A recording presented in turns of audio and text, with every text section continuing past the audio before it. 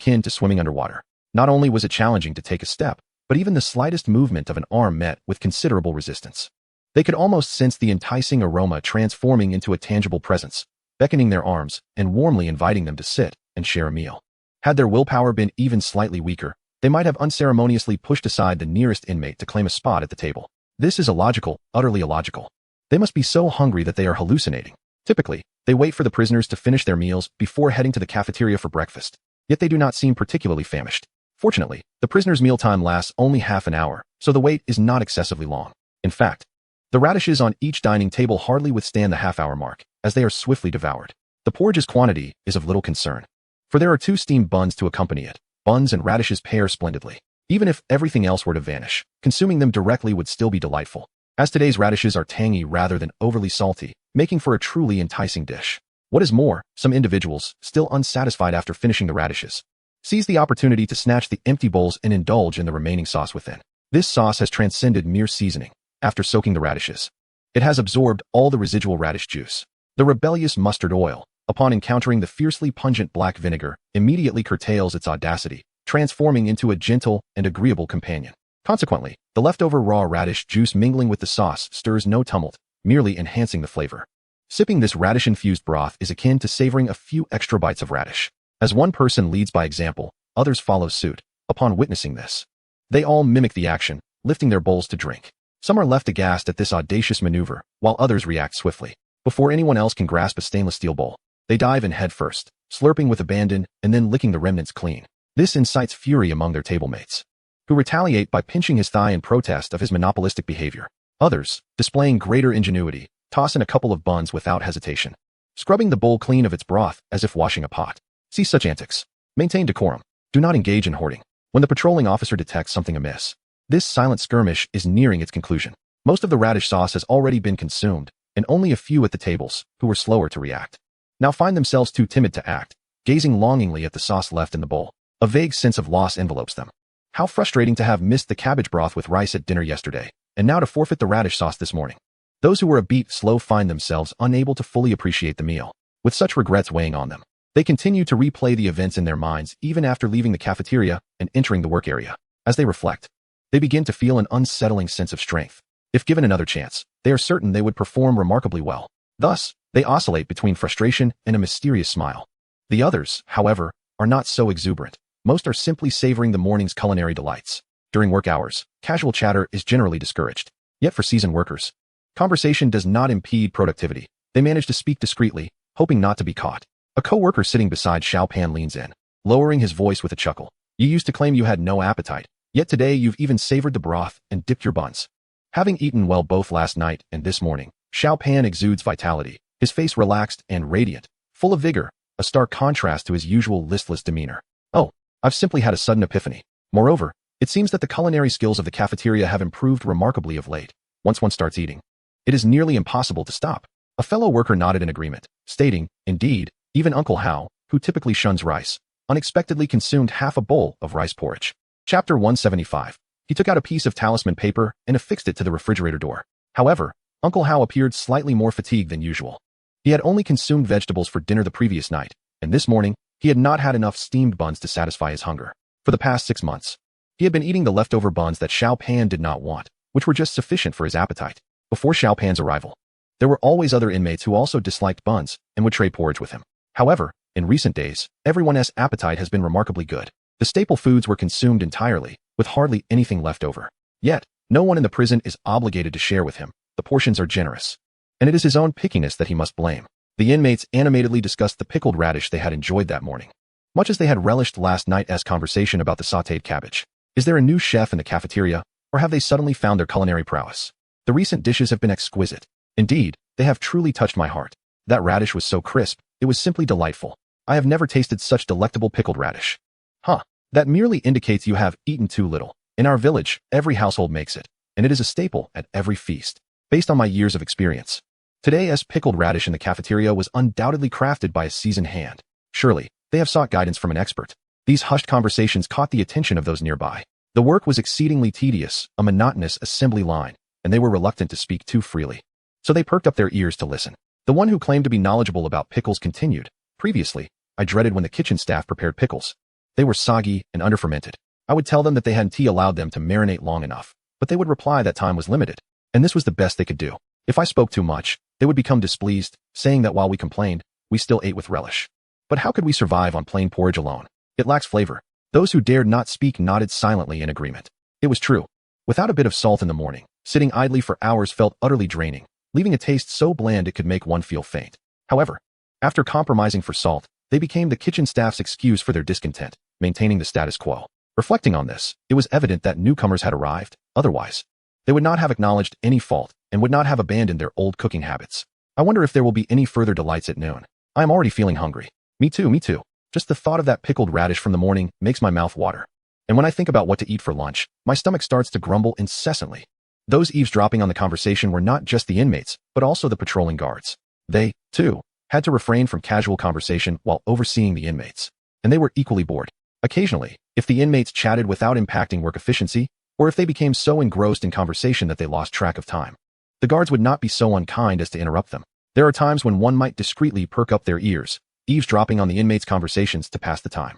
The topics of discussion among the prisoners are typically diverse. Some speak of their families, others reminisce about past romances, while some delve into the content of the evening news broadcasts or the television programs they have watched. However, today, their chatter is remarkably uniform, regardless of where one wanders. The sole subject is food. Keywords inevitably revolve around radishes and cabbages. Last night, I dreamt exclusively of cabbage.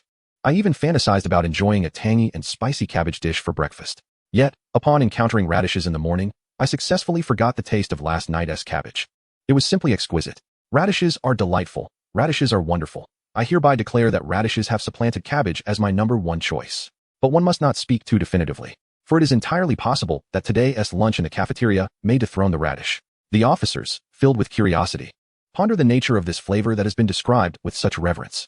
Is it a result of the prisoners' limited experiences, or are the officers simply lacking in culinary fortune? Until they have tasted it themselves, skepticism remains. However, a fortunate individual is about to indulge in this culinary experience, the chief officer responsible for tasting the meal today. Although there were strong requests from the kitchen staff for him to sample the meal, he declined, sensing that something unusual lurked beneath the surface. Yet, as he opened the refrigerator to retrieve the sample food, confusion flickered in his eyes. Oddly enough, it appeared quite ordinary and unremarkable. Just plain congee, steamed buns, and a few side dishes, none of which could compare to the enticing offerings of the staff cafeteria, which boasted millet porridge, 8 treasure porridge, and pork and century egg congee, alongside pork buns, char siu buns, and pickled cabbage with beef. The chief officer had intentionally arrived with a full stomach, reasoning that tasting was merely a matter of savoring the flavors. He scooped a bit into the tasting bowl. The congee was palatable. The steamed bun, well, it tasted just like a steamed bun. As for the shredded radish, he picked up a few strands and placed them in his mouth. Disliking the flavor of radish, he merely crushed them with his incisors and lightly licked them with his tongue. Lick, pause, lick, pause. As someone who has never appreciated radishes, he has always struggled to comprehend why such a vegetable became a staple in household cooking. Whether stir-fried, stewed, or used in soups, he has consistently found radishes to possess an inexplicable peculiar taste. He has maintained a stance of respectful disbelief towards those who claim radishes are sweet. Until this moment, he truly grasped the essence of radish sweetness, experiencing firsthand the adage that winter radishes rival ginseng. A new world slowly unfurls before him as he gently closes his eyes, tilting his head back in rapture. It turns out that once the sharp, pungent flavor is removed, radishes possess a texture and aroma that are incredibly refreshing.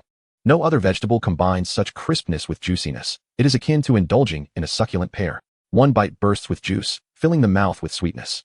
There are vegetables that are juicier but not as crisp, and those that are crisper but not as juicy. Cucumber, you say? Alas, the cucumber has betrayed the vegetable realm, seeking refuge in the embrace of the fruit kingdom.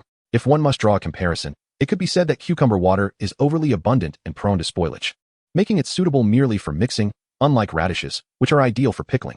The sheriff of the dining center sampled the dish repeatedly, and upon discovering only a final morsel remained, he refrained from indulging further. In that moment, he empathetically recalled the conflicted emotions of the previous day when he had confined the cabbage to the refrigerator. Despite closing the door, the tantalizing aroma seemed to waft through the crevices, enticing his fingertips to dance and twirl in temptation. He wished he could produce an incantation to affix upon the refrigerator door to subdue this alluring spirit. No, no, no, one cannot entertain such supernatural notions post-reform. Merely replacing the refrigerator with a high-tech fingerprint lock would suffice. It is no wonder that the young lad, known for his industriousness, thrived within the culinary confines of the inmates' cafeteria. I must discover who possesses such culinary prowess. Chapter 176. The sour water is alive and must be tenderly cared for. The sheriff proceeded directly to the dining hall. At this hour, midday repast was still a considerable distance away, and many individuals opted to linger, feigning table cleaning duties to engage in idle chatter. He turned a blind eye to this. As the kitchen staff rose early to commence their duties, often an hour or two ahead of the other inmates, their labor was highly concentrated, with designated roles, allowing for a balance of diligence and respite, so long as it did not impede essential tasks. However, it was perplexing that the sheriff found no one in the hall. Where could they have vanished? Surely, they could not have already retreated to the kitchen to commence their labors? With a heart filled with skepticism, the sheriff peered into their usual haunts, ultimately deciding to venture back to the kitchen. Upon approaching, he was met with the sound of voices emanating from within. The radish skins and sticks had nearly released their water and were ready for pickling. The sheriff tread lightly, peeking inside, where he beheld a bustling crowd. Yet amidst the throng, silence reigned, with all ears attuned to a single, clear voice. We are currently pickling the chuntan radish. Once the sour water has matured, we can continuously add new ingredients, such as lettuce, tender ginger, knife beans, and green beans. Just a sprinkle of salt will suffice. However, it is prudent to avoid excessive or varied additions to prevent flavor mingling. So, it was merely a clandestine culinary endeavor, not a conspiracy to incite unrest. The sheriff felt a wave of relief wash over him and chose to remain silent, listening intently. The process of extracting water from the radish sticks mirrored prior methods, with timing dependent on the thickness of the pieces. However, the preparation of chuntan pickles demanded greater attention to detail, with no room for negligence. After all, jump pickled vegetables are consumed within a day or two, serving strictly as a side dish or condiment. In contrast, chuntan pickles undergo lactic acid fermentation, permitting them to be preserved for months or even years. Thus, we must diligently care for this precious sour water. After thoroughly washing the radishes intended for fermentation, it is imperative to allow them to dry completely, ensuring that not a single drop of raw water remains, as it harbors a multitude of bacteria. It is also advisable to refrain from using oily utensils when handling them, as oil can lead to the spoilage of the brine. If necessary, a high concentration of white liquor may be added for sterilization. However, in a prison setting, procuring alcohol is out of the question, leaving us with the option to maintain cleanliness in our hands and feet to mitigate bacterial growth. Surrounded by eager learners, Xiaolon not only explained the process but also demonstrated it, while beside him stood the ever-curious Lao Sun, nearly leaning into him. At that moment, Lao Sun had cast aside his haughty facade, fully embracing the role of an apprentice. The earlier scene in the cafeteria, where the prisoners clamored for the sour sauce, had already demonstrated that Xiaolan's pickles surpassed others in flavor by several degrees, leaving him bewildered as to how this superiority came to be. Now, he was determined to absorb every detail, not merely sitting in the front row but practically pressing his ear against the instructor's lips, vowing not to miss a single point of knowledge. Among the onlookers were several members of the noodle-making group. Unlike the vegetable cutting and dishwashing teams, the noodle group focused solely on crafting noodles and buns, allowing them a leisurely pace after breakfast. Occasionally, during festive seasons, they delight the inmates with dumplings, earning their admiration and affection. It could be said that they enjoy the most relaxed yet esteemed reputation within the kitchen. While many envied their position, the entry threshold for the noodle-making group was notably high. Those unfamiliar with the craft struggled even with semi-automatic noodle machines. Thus, it is evident that mastering a skill enables one to thrive, even within the confines of a prison. Recognizing the significance of such expertise, the noodle makers seized the opportunity to learn new techniques, gathering to observe and study. Acquiring a new skill means securing additional avenues for livelihood upon release. Although Xiaolon was teaching the simple art of pickle making, mastering it could easily lead to opening a pickle shop outside. Even running a noodle shop with superior complementary pickles would be a considerable advantage. Therefore, they listened intently, understanding that what they learned would ultimately benefit them. For the fermentation of pickles, we select light-resistant ceramic jars, which foster the growth of lactic acid bacteria. Using transparent glass jars will not yield a robust sour brine, as they spoil quickly and can only produce quick pickled vegetables. The ingredients for the sour brine include the rice water from the porridge made earlier that morning. The method is quite simple. Add the radishes, salt, rice water, a touch of chili, and garlic.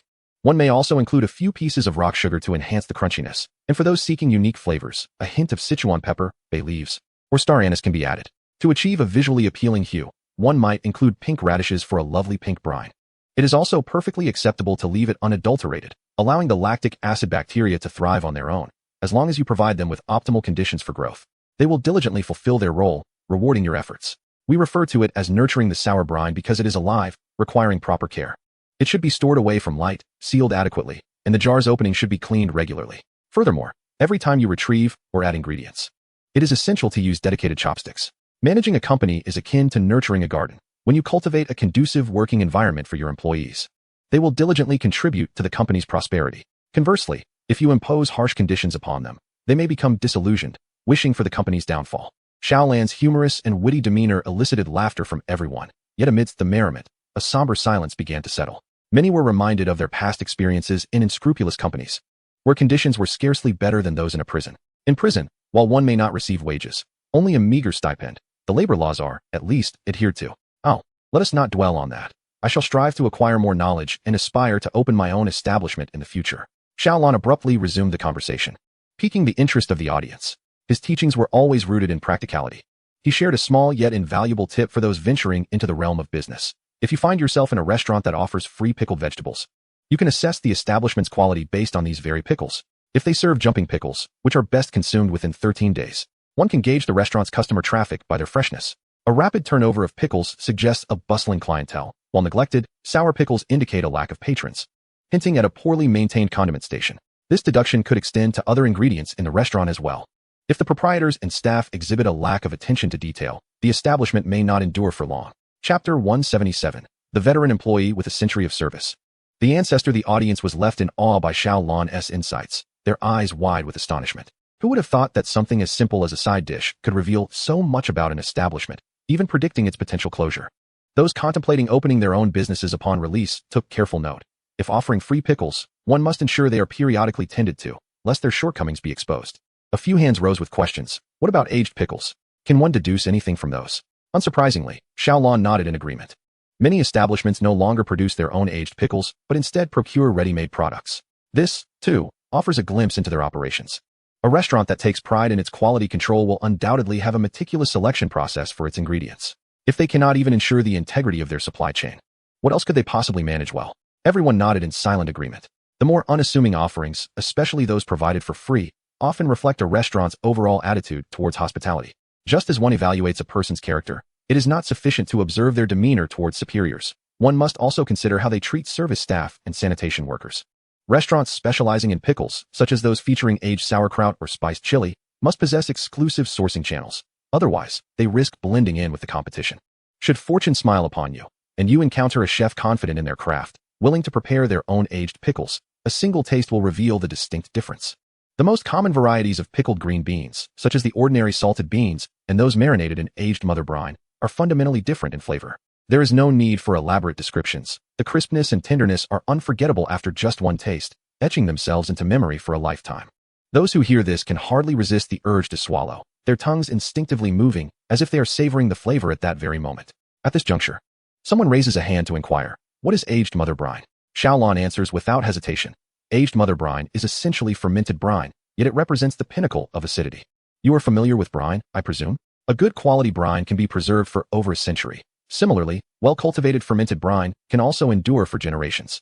It is termed mother brine because it has the capacity to proliferate, containing a wealth of lactic acid bacteria, twice as much as yogurt. Just as a plant can sprout anew from a severed branch inserted into the earth, a mere spoonful of aged mother brine added to a new fermentation vessel, along with water and salt, can swiftly yield a fresh batch of fermented brine. If we had aged mother brine, there would have been no need to use rice porridge water earlier, and the pickling process would have been expedited. It could be ready to eat in just 2 or 3 days. Presently, we are cultivating lactic acid bacteria from scratch, and this particular kimchi requires at least a fortnight before it can be consumed. With Xiaolan's explanation, the group began to comprehend the value of aged mother brine. It is akin to the distinction between seasoned employees and freshly graduated novices. No, it transcends even that. It is akin to a lineage of seasoned ancestors with over a century of experience. Even if it hasn't reached ancestral status, it remains the lifeblood of the enterprise, essential for its operations and adept at mentoring newcomers. A fortnight is quite a stretch.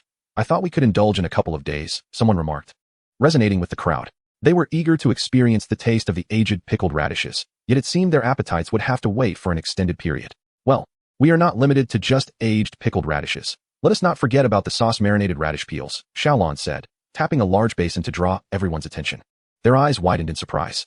The radish peels are not merely a thin layer. They resemble Peking duck, with a layer of skin enveloping succulent flesh, providing a dual texture experience.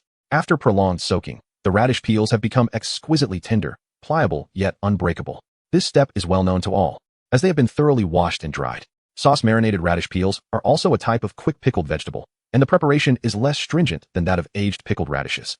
Though it does require cooking, Xiaolan made his way to the stove, with everyone parting to allow him access to heat the water. Now, let us prepare the sauce. He began, using the fundamental ingredients: water, aged vinegar, dried chili peppers, and rock sugar. As it is called sauce-marinated radish peels, the critical seasoning, soy sauce, must also be added. Depending on personal taste, star anise, cinnamon, bay leaves, and Sichuan peppercorns can be included, and the mixture should be boiled for several minutes before cooling. With a nonchalant demeanor, Xiaolon remarked that once it cooled, the radish peels along with ginger and garlic could be added, declaring the lesson complete and suggesting everyone disperse. Let us go, see, and bask in the sun. All right. Surrounded by the stove, everyone gazed intently at the steaming pot of sauce, exchanging glances filled with anticipation. Is this truly the conclusion of the lesson? How can it be deemed complete without tasting? Is there no opportunity for sampling the finished product? Is it not akin to discarding yogurt without licking the lid?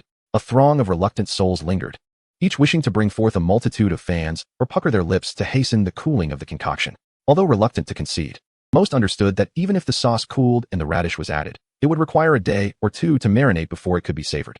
The immediate gratification they craved was an impossibility. Amidst their collective discontent, one audacious individual proposed a rather heretical notion. Could one not simply toss the radish skins into the pot, boil them vigorously, and consume them directly? Fortunately, a discerning mind among them swiftly quashed this reckless idea. Absolutely not. What we are learning is the art of pickled radish skins, not a haphazard concoction of soy sauce radish soup. Do not jeopardize our efforts. The disgruntled individual lamented, I do not wish to cause chaos. I am simply desperate. The aroma alone is unbearable. If I cannot taste it soon, I fear I shall perish from longing. Before my demise, I yearn to know the flavor of these pickled radish skins. His words resonated deeply, striking a chord within the hearts of many. Is this not akin to a game? In games, one can hasten progress with monetary investment, yet here it is not permitted. Previously, they had been counting down the days of their confinement. Now they find themselves anxiously awaiting the day they can finally enjoy the pickled radish. Each moment feels like an eternity. Might I be allowed to ladle out a small bowl of sauce to quench my cravings? I want it too. The kitchen was in disarray, and amidst the chaos stood Old Son, who was meant to enforce discipline, yet he too longed for a taste. Realizing that the sauce would not endure until it cooled, the dining officer could no longer contain himself. He cleared his throat and stepped forth from the shadows. Why is everyone gathered here? Surely the kitchen does not require so many hands. Are there no other duties to attend to? Upon seeing the uniform, everyone instinctively straightened up. Addressing the officer with due respect, Old Son quickly interjected, Report, officer. We have just finished our lesson on the new dish, and we are about to disperse. The officer nodded, imparting a few words of caution regarding kitchen ventilation and fire safety before allowing them to scatter. As he surveyed the untouched pot of sauce, a triumphant smile crept upon the officer's lips. With the matter settled, he departed quietly, taking with him the accolades of a job well done. Chapter 178. Your laziness and my laziness seem to differ in stark contrast to the frantic inmates in the cafeteria, flitting about like ants on a hot stove. Liu Si exuded an air of calm confidence. All he needed was to nudge Xiaolan's shoulder and cast a pitiful glance. In an instant, Xiaolan comprehended and nodded in agreement. Understood. Once we are outside, I shall prepare the old jar pickles. Long live Brother Lon. Liu Si silently cheered for Xiaolan with exaggerated mouth movements, every wrinkle on his face expressing heartfelt gratitude. I have a friend who is a chef, and he never has to worry about food. Haha. The reason Xiaolan previously refrained from making pickles was that this delicacy is excessively salty and lacks nutritional value. One typically consumes it either out of necessity or for the mere pleasure of taste. However, given his original state of malnutrition, which necessitated a hearty intake of meat, he had no reason to prepare it. Now that he is robust, he can indulge in anything. The only concern being whether that old fellow at home would take advantage of his absence to embrace the pickle jar as if it were a wine cask. I wonder if there are any pickle jars with fingerprint unlocking mechanisms available? Face recognition would suffice as well. While basking in the sun, Xiaolan mused idly. Time spent idling always flies by, and before long, he was summoned to prepare lunch. Today's dish was stir-fried pork belly with cabbage. Upon noticing the eager expressions on everyone's faces, he quickly grasped their intention. They were keen to learn how to make the delicious oil-sautéed cabbage that had stirred excitement among the inmates the previous day. This stir-fried pork belly with cabbage represents an elevated version, transitioning from a vegetarian dish to a meaty one. Among the various offerings in the prison cafeteria, the most commonplace dish is minced meat stir-fried with everything, allowing a hint of savory meat in the meals. A more refined option is stir-fried pork belly with assorted ingredients, where one can find distinct pieces of meat. The pinnacle of culinary offerings is purely meat dishes, available only once a week, such as duck legs, with one allotted to each person. As for the oil-sautéed cabbage Xiaolan prepared yesterday, it was originally meant to include minced meat. However, Old Son, fearing Xiaolan's culinary skills were lacking and worried about waste, refused to provide any meat. Today, Old Son was generous enough to allow Xiaolan to use pork belly, a clear indication that he had been won over by Xiaolan's culinary prowess. Xiaolan, you shall first demonstrate for everyone, then guide them through the process. You have the task of coordinating the meal, so do not expend too much effort on the cooking. Old Sun gently instructed before turning to the group and raising his voice. Did you hear that? Pay attention. A chef of Xiaolan's caliber is someone you would not be able to afford in any restaurant outside, let alone have the opportunity to learn from him. Do not squander this chance. If you choose not to learn, there are plenty who would wish to, though his words were somewhat exaggerated. They could easily become reality should Xiaolan choose, such as working in an exclusive private kitchen reserved for the elite. The few individuals in the kitchen had indeed hit the jackpot, being able to learn directly from Xiaolan. However, as the saying goes, the master can only lead you to the door. The diligence of the apprentice determines the depth of their learning. The method for stir-frying pork belly with cabbage is quite similar to that of the oil-sautéed cabbage from the previous day, with the oil today being replaced by the rendered fat from the pork belly. Cooking with lard imparts an exquisite aroma to any dish. Even simply mixing lard with white rice creates an irresistible fragrance, prompting one to consume bowl after bowl. In foreign lands, lard is seldom utilized, deemed unhealthy, inferior, and unclean, often associated with numerous ailments. They believe that using vegetable oil is more sophisticated, leading to a misguided sense of superiority, unaware that they have been misled by capitalistic notions. Pork is a common meat, and thus the fat within it is equally commonplace. Like other oils, it possesses both advantages and disadvantages, and should not be stigmatized. However, with the advent of the 19th century and the widespread use of electric bulbs, the demand for candles diminished significantly. Consequently, the raw material for candle production, cottonseed oil, became surplus. Capitalists, unwilling to waste resources, transformed cottonseed oil into hydrogenated vegetable oil, bringing it to the dining tables of the populace. What was initially destined for obsolescence was aggressively marketed as a healthier, cleaner, and superior cooking oil. In an era devoid of advertising regulations, exaggeration ran rampant, disparaging lard by claiming it could induce heart disease. Coincidentally, during that time, some pork slaughterhouses exhibited unsatisfactory sanitary conditions, swarming with flies, which indeed appeared quite unsanitary. Thus, the disparaging propaganda succeeded, leaving a lasting impact that has persisted for a century, extending to the present day. In the process of undermining lard, capitalists also promoted new animal fat stars, namely beef tallow and butter, to usurp lard's position. Were the beef slaughterhouses of that era any cleaner? Who can say? They would not allow you to witness the truth, for capitalists sought to sell tallow and butter at exorbitant prices. The deception endured for many years, with numerous public figures feigning ignorance to safeguard their interests. Yet, a lie is ultimately a lie, destined to be exposed. In recent years, people have finally recognized that the trans fats produced from heated hydrogenated vegetable oil pose significant health risks, being the true culprits behind cardiovascular diseases. Over the years, capitalists have intermittently developed other vegetable oils to patch the flaws, thereby delaying the revelation of their secrets. The primary drawback of lard lies in its poor preservation and susceptibility to rancidity. The industrial production costs of lard are higher, and the price of pork frequently fluctuates, leading capitalists to abandon it. Therefore, do not be misled by capitalist rhetoric. All oils have their merits and demerits.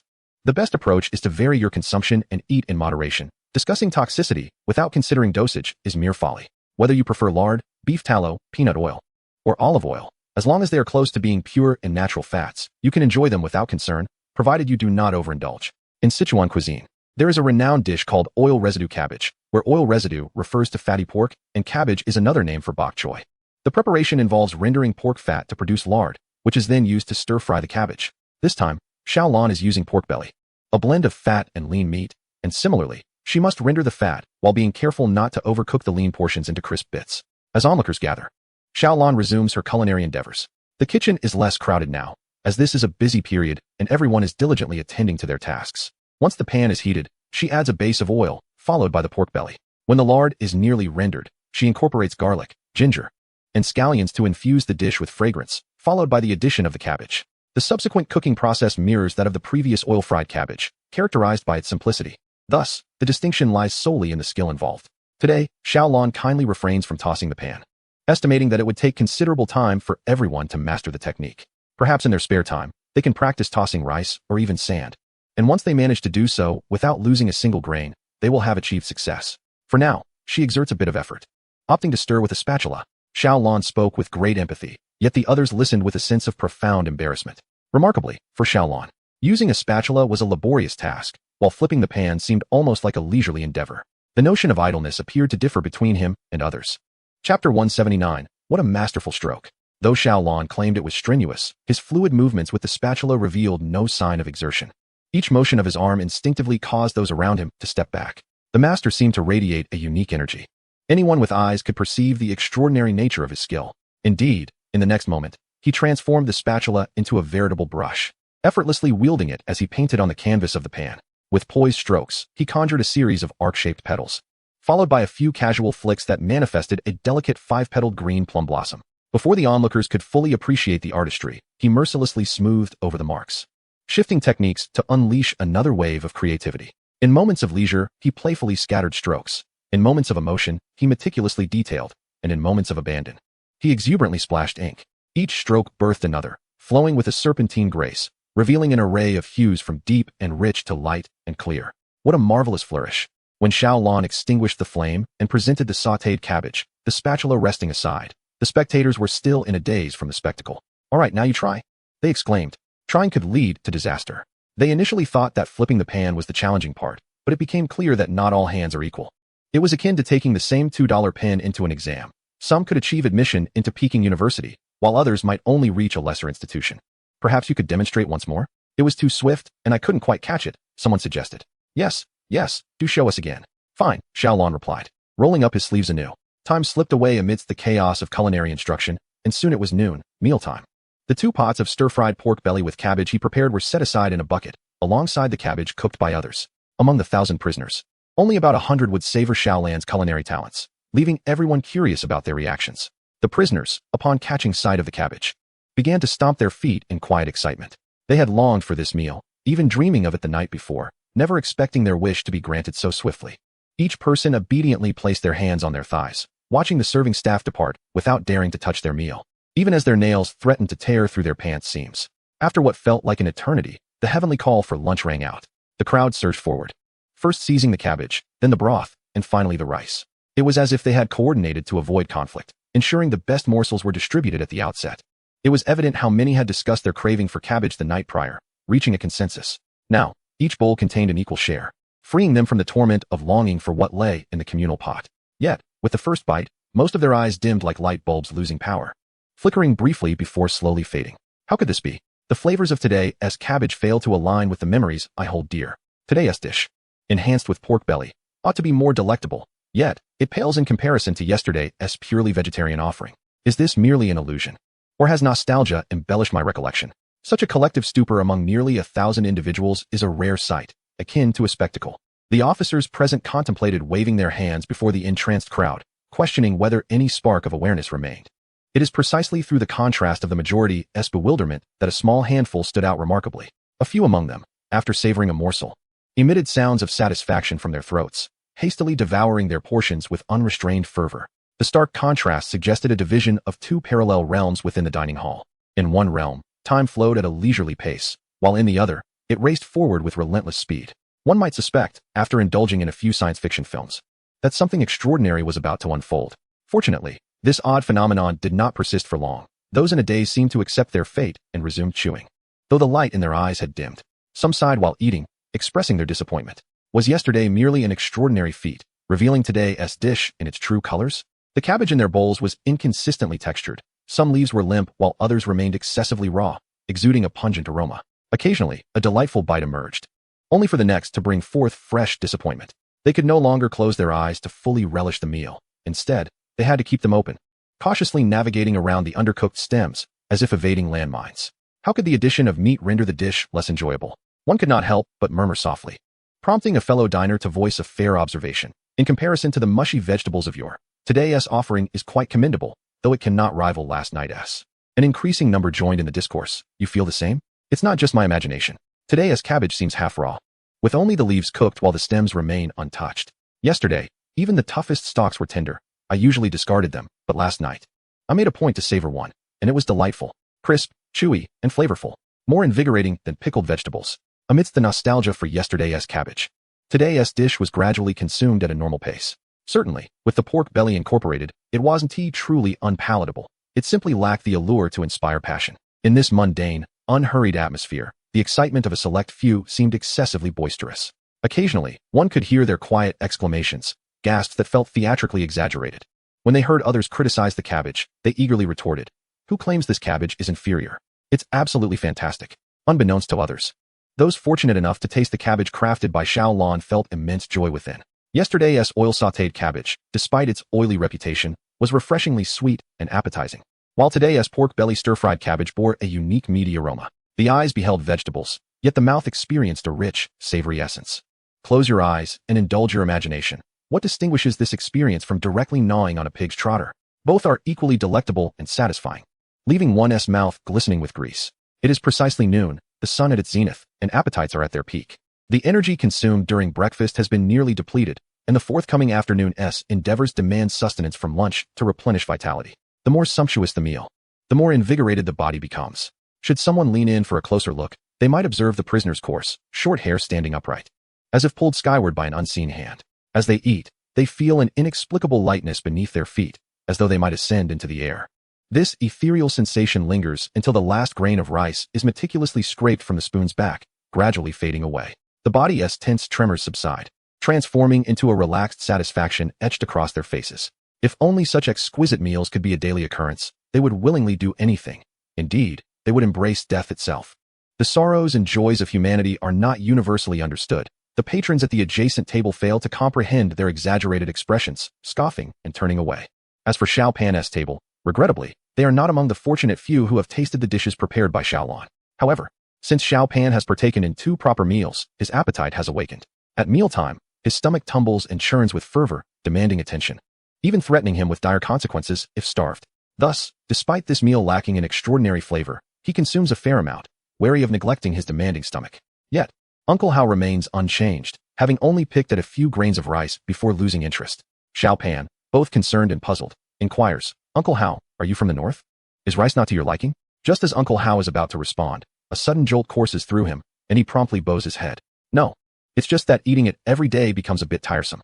What normal household consumes rice for all 3 meals?" Xiao Pan is taken aback, exclaiming, "Uncle Hao, surely you jest?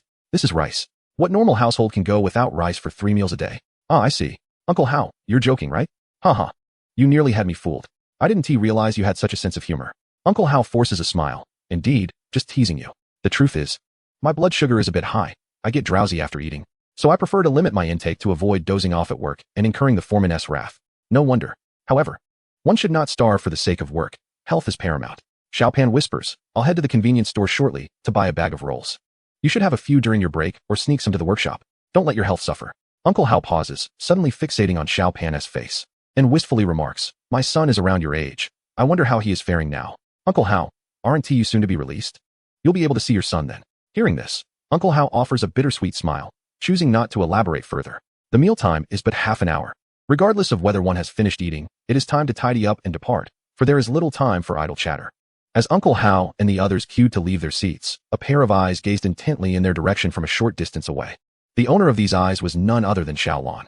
Let us rewind to half an hour earlier. While Xiaolon was serving food to everyone, he inadvertently glanced down and was nearly startled into jumping.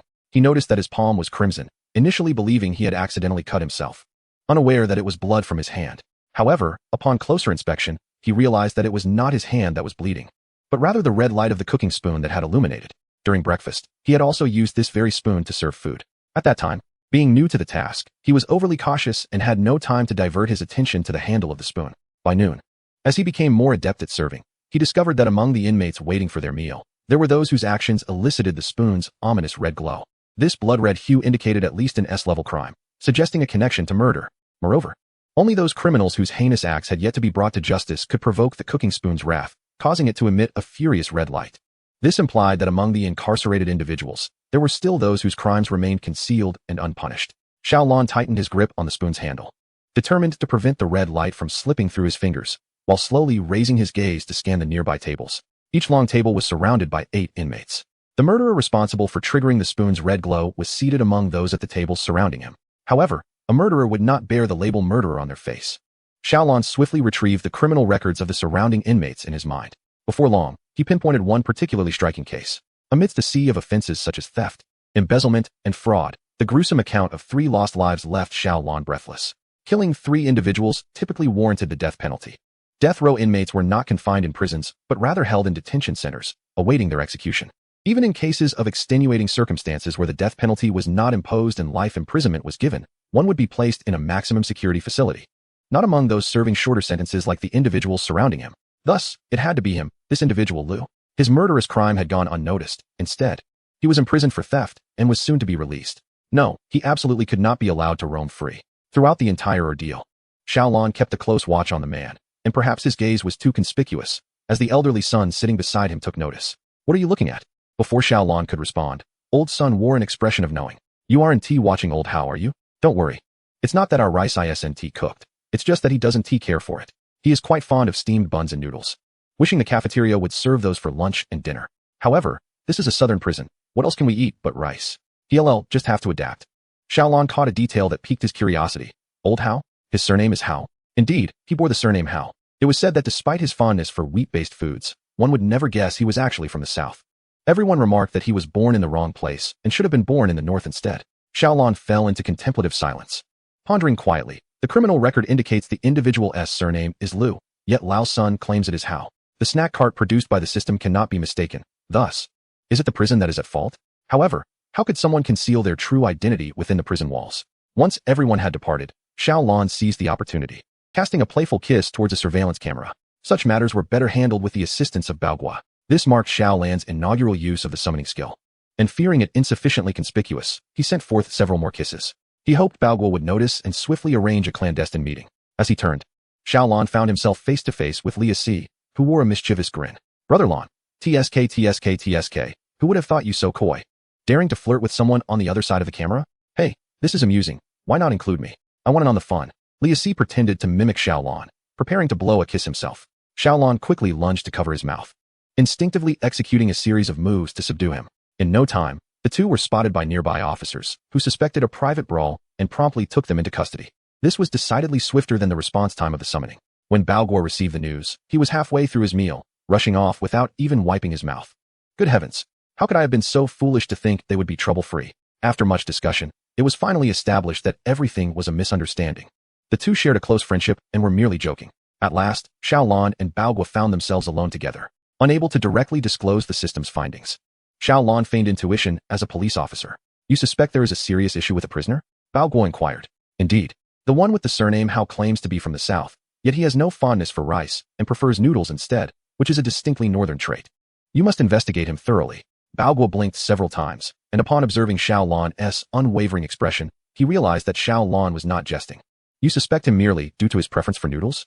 Yes, is that not valid? Baoguo attempted to scratch his head, but only succeeded in scratching his hat, settling instead for a rub on his face. Is it not possible that this is simply a matter of personal taste? With modern transportation, snacks are ubiquitous across the nation, and many Southerners enjoy northern noodles. Xiaolon asserted confidently, while it is true that Southerners may enjoy northern noodles, a Southerner's aversion to rice is certainly indicative of a significant issue. Investigate him. Dig deeper. Baoguo found this line of reasoning perplexing, yet he respected Xiaolon, who had been invited by their prison warden. However, he could not help but mutter under his breath, it truly is a different world. How can the methods of the public security system differ so vastly from our judicial system? After bidding Xiaolon farewell, Baoguo reported the matter to the prison warden. The warden, too, remained silent. Xiaolan's argument bore semblance to reason, albeit not entirely compelling. Ultimately, he decided to heed Xiaolan's advice and conduct a thorough investigation. Armed with authorization, Baoguo obtained Uncle Hao's dossier. At first, he found everything to be perfectly normal. However, as he continued to watch, his eyes widened in astonishment, nearly propelling him from his seat. Meanwhile, in the cell, Xiaopan had procured a small loaf of bread from the prison's shopping terminal, and after a moment's reflection, he decided to purchase 2 new toothbrushes as well. Soon, the guards delivered the items, and Xiaopan took them to Uncle Hao's bunk. Here, have some bread. By the way, this new toothbrush is for you. I noticed yours hasn't been changed and is fraying. It must be quite uncomfortable to use. Uncle Hao, taken aback and pleasantly surprised, repeatedly declined, saying, You silly boy, you really bought these, and so many. No, my old one is still usable. I am about to be released. Don't waste your money. Xiaopan firmly pressed the toothbrush into Uncle Hao's hands, insisting, it's not a waste. Toothbrushes should be replaced every few months, just in time for your release. He added, My parents visit me often and recharge my shopping card, but I hardly buy anything. The toothbrushes provided in prison were a special edition, not long-handled but rather finger-sleeve types, small enough to fit within the palm of one's hand. Uncle Hao gazed at the new toothbrush in his palm, his emotions a complex tapestry of gratitude, regret, nostalgia, and something even more difficult to discern. Thank you, Xiaopan, he said earnestly. No need to thank me, Uncle Hao. You have always looked after me. I was just being stubborn and indifferent to everything around me. I should have treated you to something long ago. Before he could finish, several figures in uniform suddenly appeared outside the cell. All sounds within the dormitory ceased, and the atmosphere grew tense. The officers called out Uncle Hao's full name and confirmed his inmate number before flanking him, stating that they required his cooperation in an investigation. Uncle Hao, sensing something amiss from the stern expressions of the officers, noted their full armament and vigilant demeanor, which was far from the demeanor expected for a routine inquiry. In an instant, beads of sweat cascaded down his forehead, and his body grew weak, his legs turning to jelly as they hoisted him up. Seemingly unable to find the ground beneath him, one of his shoes slipped off during the dragging. Xiao Pan remained bewildered but recalled that in such cold weather, being without shoes was untenable. He promptly retrieved the shoe and rushed after them. "Your shoe." The officer at the back halted him but took the shoe from his hands, gesturing for Xiao Pan to return and rest. Reluctantly, Xiao Pan turned back, yet couldn't help glancing over his shoulder, just in time to see the officer instruct Uncle Hao to put on his shoe. As Uncle Hao looked down at the shoe, a few tears fell faster than his gaze could reach, landing on the shoe's surface. He seemed to want to say something to Xiao Pan, but was swiftly taken away by the officers.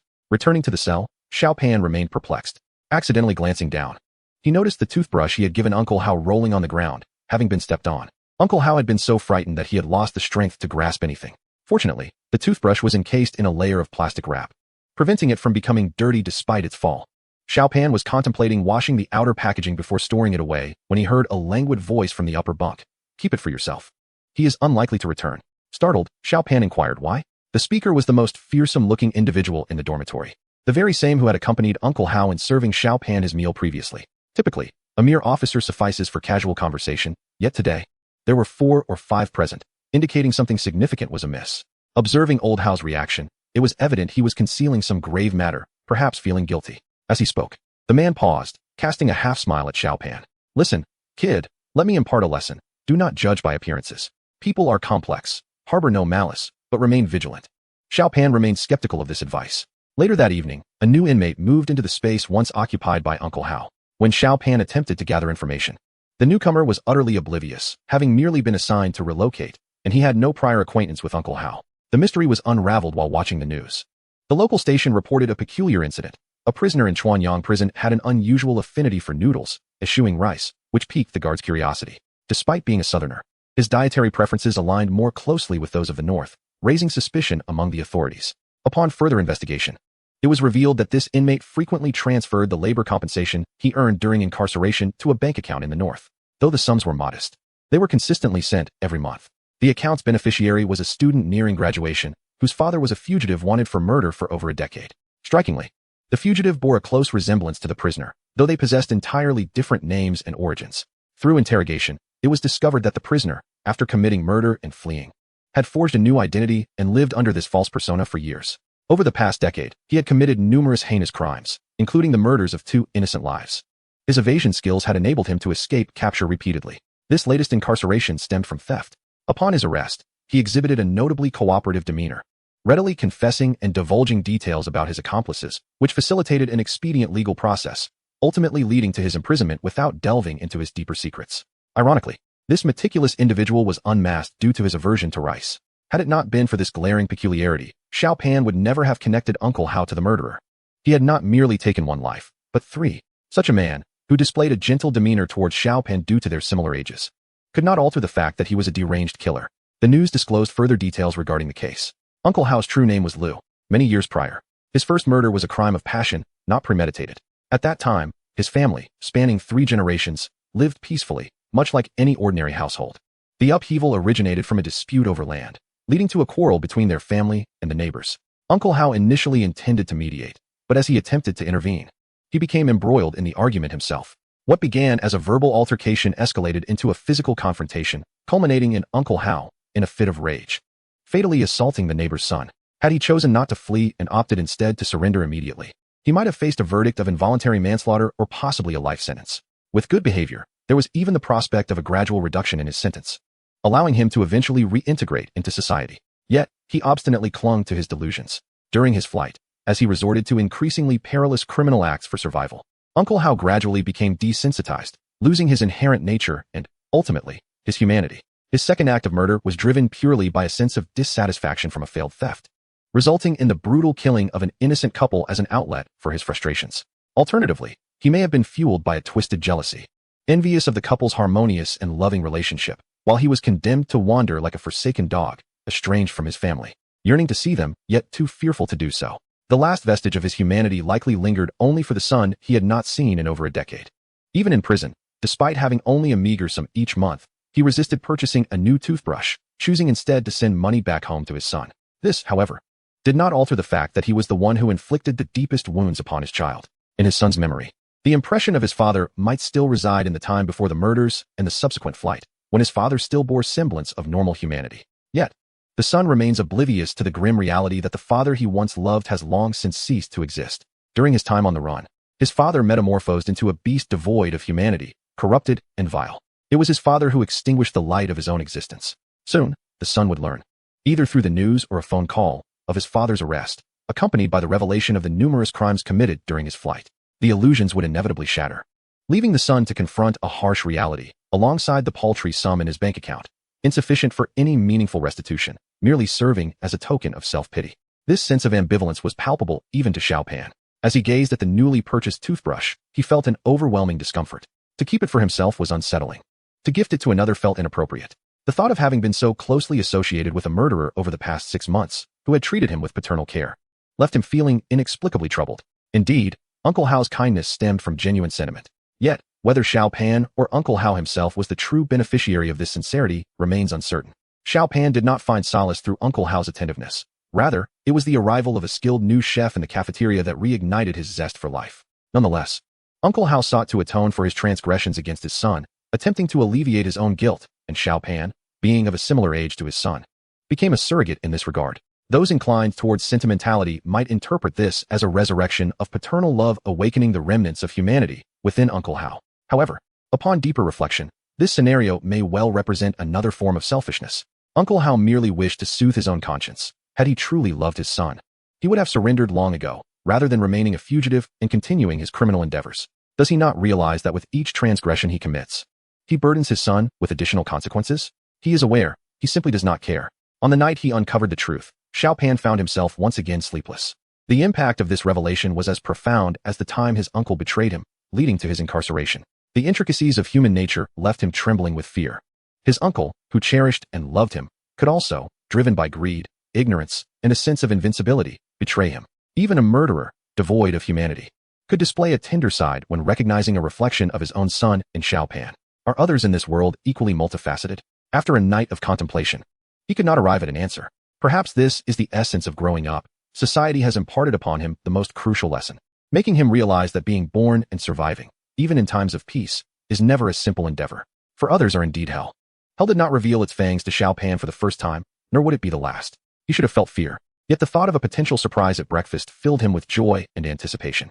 There exists but one form of heroism, to love life even after confronting its harsh realities. The discussions surrounding Uncle Hao's abrupt return to death row and its immediate execution garnered less attention than the dinner dishes served. After an evening chat post-dinner, everyone finally understood that the delectable dishes had not vanished. They had merely shifted to another's table. Goodness, how could the same dish taste so different? How did you manage to receive the more appetizing portion? Do you perhaps have connections? No connections at all. If we did, we would have enjoyed a splendid dinner rather than feasting like emperors at lunch and like beggars at night. Indeed, the disparity in quality is glaring. Were it not for the distinct dishes, I would have assumed that the evening's meal was merely reheated leftovers from lunch, so soft and mushy, utterly unpalatable. Did no one else notice? There is a tall, slender young chef who resembles a model. His portions are always delightful. Only one bucket, and once it's gone, it's gone. Ah, now that you mention it, he is indeed a newcomer. Ever since he arrived, the quality of our meals has skyrocketed. Does anyone happen to know someone in the kitchen? Please inquire. How can we ensure we receive the tastier dishes? I am absolutely craving them. Chapter 181. The soap slipped. Worry not to retrieve it. Interaction between the various divisions within the prison is rare. The inmates in the ordinary divisions do not easily come into contact with those in the logistics division. However, rarity does not equate to impossibility. Occasionally, during collective activities, individuals from different divisions participate, such as sports meets or cultural performances. As the year draws to a close, many inmates are preparing for artistic showcases, and rehearsals take place during the evening's free time. This presents an opportunity to gather intelligence from individuals in the logistics division. New chefs. It seems there are two, residing with Old Sun and the others. Both are quite young. One is a bit lean, while the other has a somewhat simple demeanor. I am not sure which one you are inquiring about. Are you interested in getting to know the most handsome one? Ah, this is rather inappropriate, isn't it? What is this for? Take it back. I cannot accept it. Oh, is it for him? Ah, this is indeed for me. I have already said it is unnecessary. But courtesy is never excessive. I shall take it to him for you. That night, Lia Si found himself restless, unable to sleep. This was due to his roommate returning from the washroom with a bag of gifts. The offerings were not extravagant, merely snacks and daily necessities from the convenience store. Yet within the confines of prison, they were considered a luxury.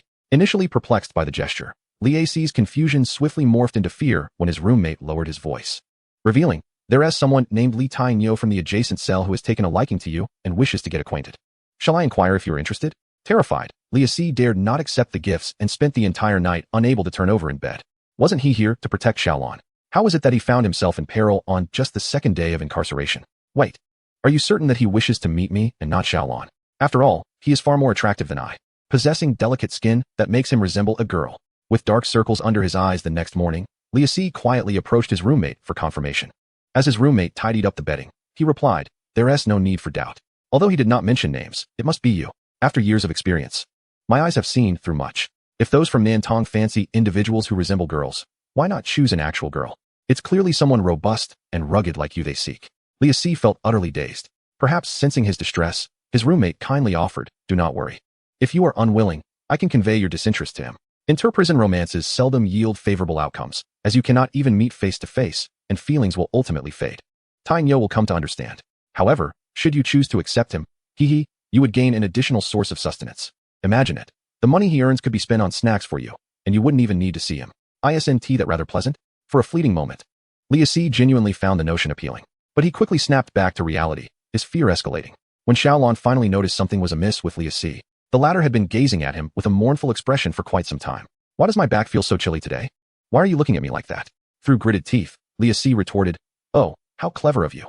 You deceived me into thinking you needed me as a bodyguard, when in reality, I'm merely a target for fire. Did you already know that Nantong has a preference for someone like me?" Xiaolon appeared bewildered and speechless. "How could I possibly know? I am not Nantong. How could I comprehend their preferences? Wait, you're being targeted?" Li Ci recounted the events of the previous night, including his roommate's words. The more Xiaolon listened, the more absurd it seemed. "Are you not my friend? How is it that within just 2 days of entering, someone wishes to know you?" The imagined scenario unfolded in an unexpected manner, and now it was Xiaolon who patted Li Ci's shoulder, reassuringly stating, "Fear not, I shall be a competent bodyguard. In the future, if you drop your soap while bathing, feel free to retrieve it. With me around, no one would dare approach you. But if I am absent, then..." Ha ha ha ha ha.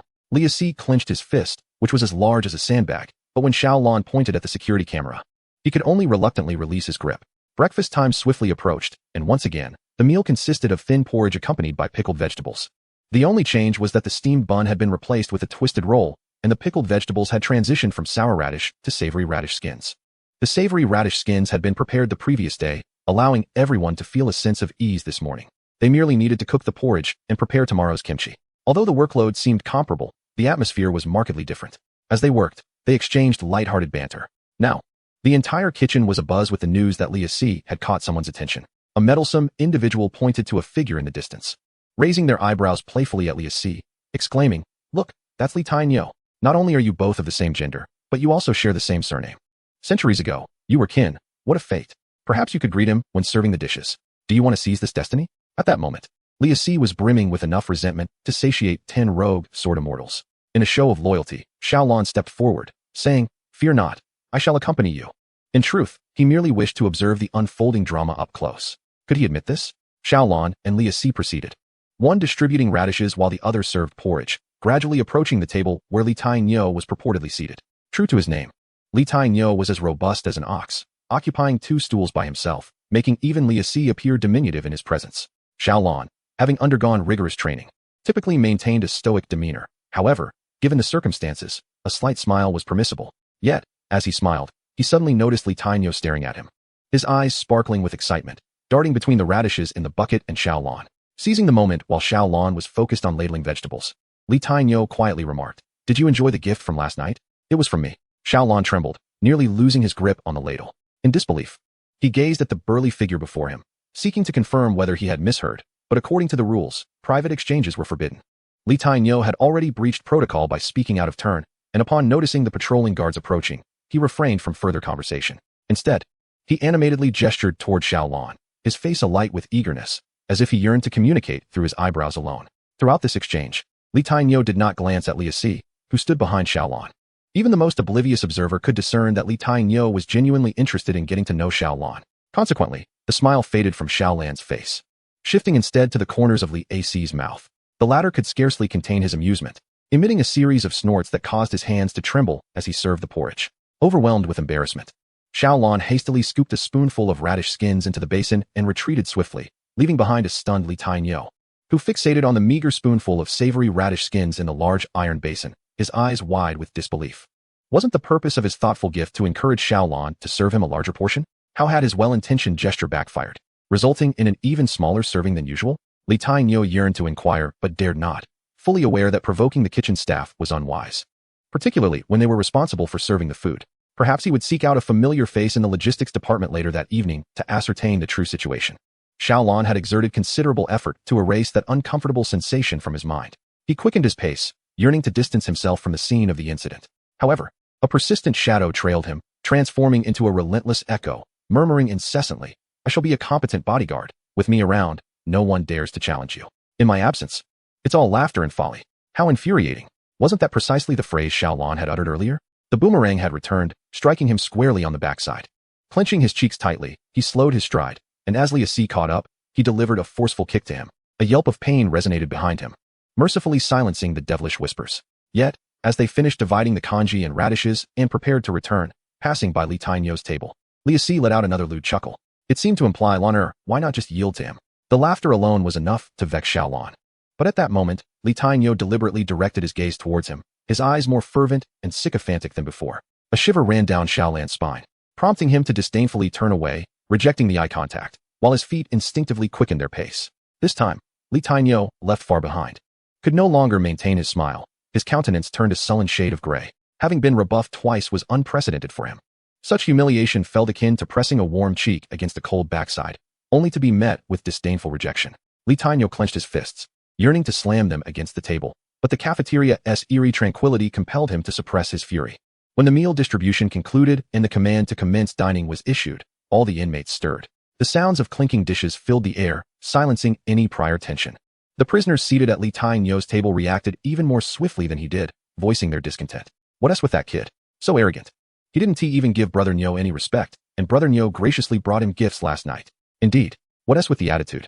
His nose is practically in the sky. Who does he think he is, sharing so little food with us? Another inmate echoed these sentiments while skillfully serving Li Tainyo a generous bowl of congee. Brother Nyo, calm down. Let us eat first, and we can complain later. One more inmate, seated directly opposite Li Tainyo, took the initiative to oversee the distribution of food. He ensured that Li Tainyo received the largest portion of radish, followed by himself, and then the others. It was evident that Li Tainyo was the leader of their table, his muscular physique a symbol of authority. Although fights were rare in the prison, muscles were akin to nuclear weapons. One could choose not to wield them, but one could not afford to be without them. The adage might makes right was universally applicable, offering a certain deterrent even if never put into action. In the past, Li Tainyo's followers had always received slightly more food than others, given his substantial frame and appetite. Whether out of fear or humanitarian reasons, it seemed only reasonable to provide him a more ample share. Now, however, with a new food distributor in place, not only was the quantity not increased, it appeared to be diminished. Having been humiliated by Xiaolon on 2 occasions and further provoked by his subordinates, Li Tainyo grew increasingly irate. Unable to restrain his expletives, "Humph, I see this as just his ingrained flaw. When I refrain from offering him gifts, he responds reasonably. Yet, upon presenting him with a token of my respect, he finds fault with it, deliberately shortchanging me. He is clearly trying to leverage this for more gifts. I shall spread word of this and advise everyone to disregard him henceforth, and we shall see what leverage he possesses then." The others nodded in agreement. After voicing his grievances, Li Tainyo dramatically tossed a piece of radish into his mouth and chewed with fervor. His expression, contorted with rage, suggested he was not merely gnawing on a radish, but rather on Xiaolan's audacity. However, as he continued to chew, the fury in his eyes gradually dissipated, his fierce visage softening into a dull and rigid semblance. The others, perceiving the shift in Li Tainyo's demeanor, hesitated, their spoons poised mid-air as they cautiously assessed his reaction, too apprehensive to proceed. "Brother Nyo, what ails you? Are you well?" Li Tainyo's face remained immobile, save for his incessant chewing, a disconcerting sight indeed. "Brother Nyo, please say something. Stop chewing, you frighten me." At last, the savory radish skin was swallowed, and Li Tainyo's countenance transformed, akin to parched earth receiving much-needed rain, becoming pliable. Perhaps excessively so. I suddenly pondered that perhaps he still possessed some merit that warranted further offerings. The others exchanged glances, bewildered by Li Tainyo's sudden transformation into a figure of gentleness. Could such an astonishing change arise from a mere bite of radish? Those quick to react immediately scooped a piece of radish skin into their mouths. The crisp snap upon biting was unforgettable. If yesterday's sour radish produced the sound of a brittle twig snapping underfoot, today's savory radish skin resembled the cacophony of a catastrophic fall after such a break. This was a delightful duality of texture and a crispness that was unparalleled. Following this was the delightful explosion of flavors in the mouth: sweet, sour, spicy, fresh, salty, each layer revealing itself progressively. This savory radish skin required an entire day to marinate, embodying a slow yet assured essence. The first to emerge is often the most eye-catching. Yet the finale undeniably carries the most substance. Those lacking discernment may mock it, saying, "Savory radish skin, you are merely crafted from scraps." Such remarks would elicit only a bemused chuckle from the savory radish skin, which would not even deign to respond. People frequently encounter bowls of sour radish gracing complimentary condiment stations, yet when have we ever seen an entire box of savory radish skin offered free of charge? Even for sampling, it is typically cut into minuscule pieces for a mere taste. Though it hails from humble beginnings, this does not diminish its esteemed value. Much like chicken feet, which were once disregarded, it has triumphed over adversity, undergoing a metamorphosis to rise in value exponentially. The delicate sweetness of the radish harmoniously merges with the rich flavor of the sauce, while the crispness of the radish skin contrasts with the substantial flesh within. This is its essence. Regardless of one's preference for sweet or savory, a discerning palate will find satisfaction in its offerings. Even those with delicate teeth will be met with gentleness. If one struggles to bite into the skin, a simple turn reveals the tender flesh, easily yielding to one's bite. Thus, stubbornness serves as its protective shell, while tolerance is its inherent hue. After indulging, the earlier frustrations dissipate, replaced by a collective calmness. Brother Neo is indeed correct. What fault lies with him? It is merely our poor taste in gifts that has led to this discontent. Given his culinary prowess, it is no wonder he would disdain such inferior fare. His anger is entirely justified. Meanwhile, the slow-witted remain oblivious, their mouths agape in astonishment. Unaware they should hastily savor the delicacy before them. The piece of sauce-laden radish skin resting in the spoon gleams vibrantly, its enticing reddish hue exuding a subtle sweetness and a hint of spice, casting flirtatious glances in his direction. Alas, such flirtations are wasted on the oblivious, as he inquires, "Are you all right? What has happened? Why the sudden strangeness?" The question, posed in innocence, only serves to highlight his own folly. Guess who remains isolated? Indeed, it is you. You are the only one yet to partake of the radish skin. Litineu has been completely won over by the allure of the sauce-infused radish skin. No wonder others admire him. It seems even a simple radish can yield such wonders. Were it another vegetable, with various culinary techniques to explore, the days of confinement would surely transform into sheer delight. How foolish he was to consider allying with others to snub Xiaolan. She alone commands the attention of thousands. And in the end, who would be the isolated one? In this era of limited communication, they had learned of Xiaolan's existence sooner than others, seizing the opportunity. Delays would mean that not only would she not deign to acknowledge them, but she would also turn a blind eye altogether. When Li Tinyu and his companions exchanged glances, a shared resolve ignited within them. Even if it meant depleting their shopping carts, they would break through Xiaolan's defenses with gifts. Tonight, they eagerly awaited the surprise they would bring forth, determined to win her over. If only everyone had a mobile phone, misunderstandings could be resolved with a simple call. Unfortunately, this is a prison. When two individuals do not share the same cell or work group, they must wait until evening to converse. If they are in different wings, the situation is even graver, as opportunities to meet arise only a few times a year during major events. Crossing wings is akin to crossing borders. Thus, this troublesome misunderstanding left Xiaolan feeling as if she were pricked by thorns, as if sitting on needles, as if a bone were lodged in her throat. She was acutely aware that, given her formidable strength, none could best her in a state of alertness. Yet, physical restraint is one matter, while the piercing gaze of scrutiny is another. While she may control their hands from striking, she cannot govern their eyes and thoughts. A sense of crisis and urgency suddenly surged. This task cannot afford the luxury of a gradual adjustment. It is imperative to accelerate immediately. Simultaneously, within the confines of the hospital ward, a prisoner lay languidly on the sickbed, his hands shackled to the headboard, and 4 drip inserted into his left arm, glucose steadily infusing into his veins. Shortly thereafter, both the guard and the doctor entered the room. "Are you willing to eat now? If you continue your hunger strike, this glucose will remain suspended." The prisoner was clearly famished and weak. Even the simple act of turning his head seemed laborious. Yet, he maintained a defiant expression, mustering a feeble voice to declare, "I will not eat. I am innocent and wronged." Upon hearing these words, the guard nearly stumbled back in disbelief. "How can you claim innocence? The judgment document clearly states your deeds. Are you not aware of what you have done? With irrefutable evidence, who could possibly wrong you?" Regardless of the guard's assertions, the prisoner on the sickbed remained obstinate, resolutely determined. "I am innocent. I act in the name of justice. I demand to be released, or I shall resort to a hunger strike. I would rather starve than consume a single morsel of your prison food." The guard, infuriated, felt his head buzzing. Yet it was the doctor who steadied him, guiding him outside to sit down. They were not in an external hospital, but rather in the medical facility established within the prison, known as the hospital ward. Generally, when inmates fall ill, they are first treated in the hospital ward, which is well equipped to handle a variety of ailments. Only in the case of particularly difficult conditions would they be transferred to an outside hospital. Thus, the notion of feigning an ailment or intentionally injuring oneself to escape was utterly fanciful. Unlike the mess hall, which could accommodate any novice, the hospital ward demanded high professional standards. Consequently, the doctors there were trained professionals from accredited medical schools, not inmates. Upon encountering them, the police were always courteous, as they were colleagues. Of course, a few inmates were assigned to work in the hospital ward, performing light tasks such as cleaning, which were highly sought after. The doctors were no strangers to patients staging hunger strikes, yet this particular individual was undoubtedly the most troublesome they had ever encountered. Exiting the ward, the doctor sighed as he spoke. Alas, I have consulted with the psychologist numerous times. He remains obstinately resolute. To put it bluntly, this is no longer a psychological issue. There is something fundamentally wrong with his mind. I have never encountered such stubbornness. The guard echoed the sentiment with a sigh, his lips quivering with frustration. Doctor, you cannot give up on him. If this escalates to a life-threatening situation, it would be a grave problem. I have never seen anyone so committed to a hunger strike. Indeed, in the past, inmates staging hunger strikes would typically relent after 4 or 5 days of starvation, followed by 1 or 2 days of forehydration, and would invariably return to eating. It is precisely him, possessing such unwavering willpower and fervor, yet misdirecting it towards malevolent pursuits. The doctor, after much deliberation, ultimately expressed with a pained countenance, if this continues, intravenous feeding will no longer suffice. He lacks adequate nutrition. If he remains unwilling to open his mouth, we shall have to resort to inserting a nasogastric tube. The prospect of nasogastric feeding. Has it truly come to this? The prisoner, named Fong Yongkong, overheard the discussion between the doctor and the officer outside with utmost clarity. Upon hearing the term nasogastric tube, he envisioned the terrifying image of a tube being inserted through his nostrils and extending into his stomach, causing his heart to tremble in fear. Yet, the indignation that simmered within him surged forth, compelling him to stand his ground resolutely. He firmly believed in his innocence. The court had no right to condemn him to imprisonment.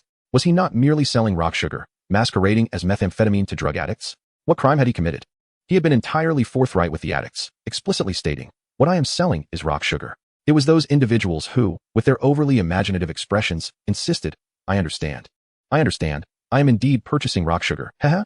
Clearly, they had rushed to be deceived. What concern was it of his? He neither trafficked drugs, nor deceived anyone. Why should he be deemed guilty?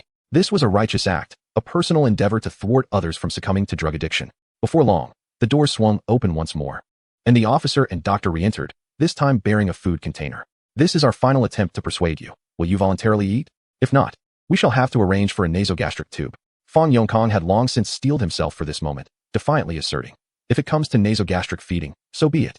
I am innocent. I have not trafficked drugs. If you do not release me, I shall starve myself, and you shall lose your job.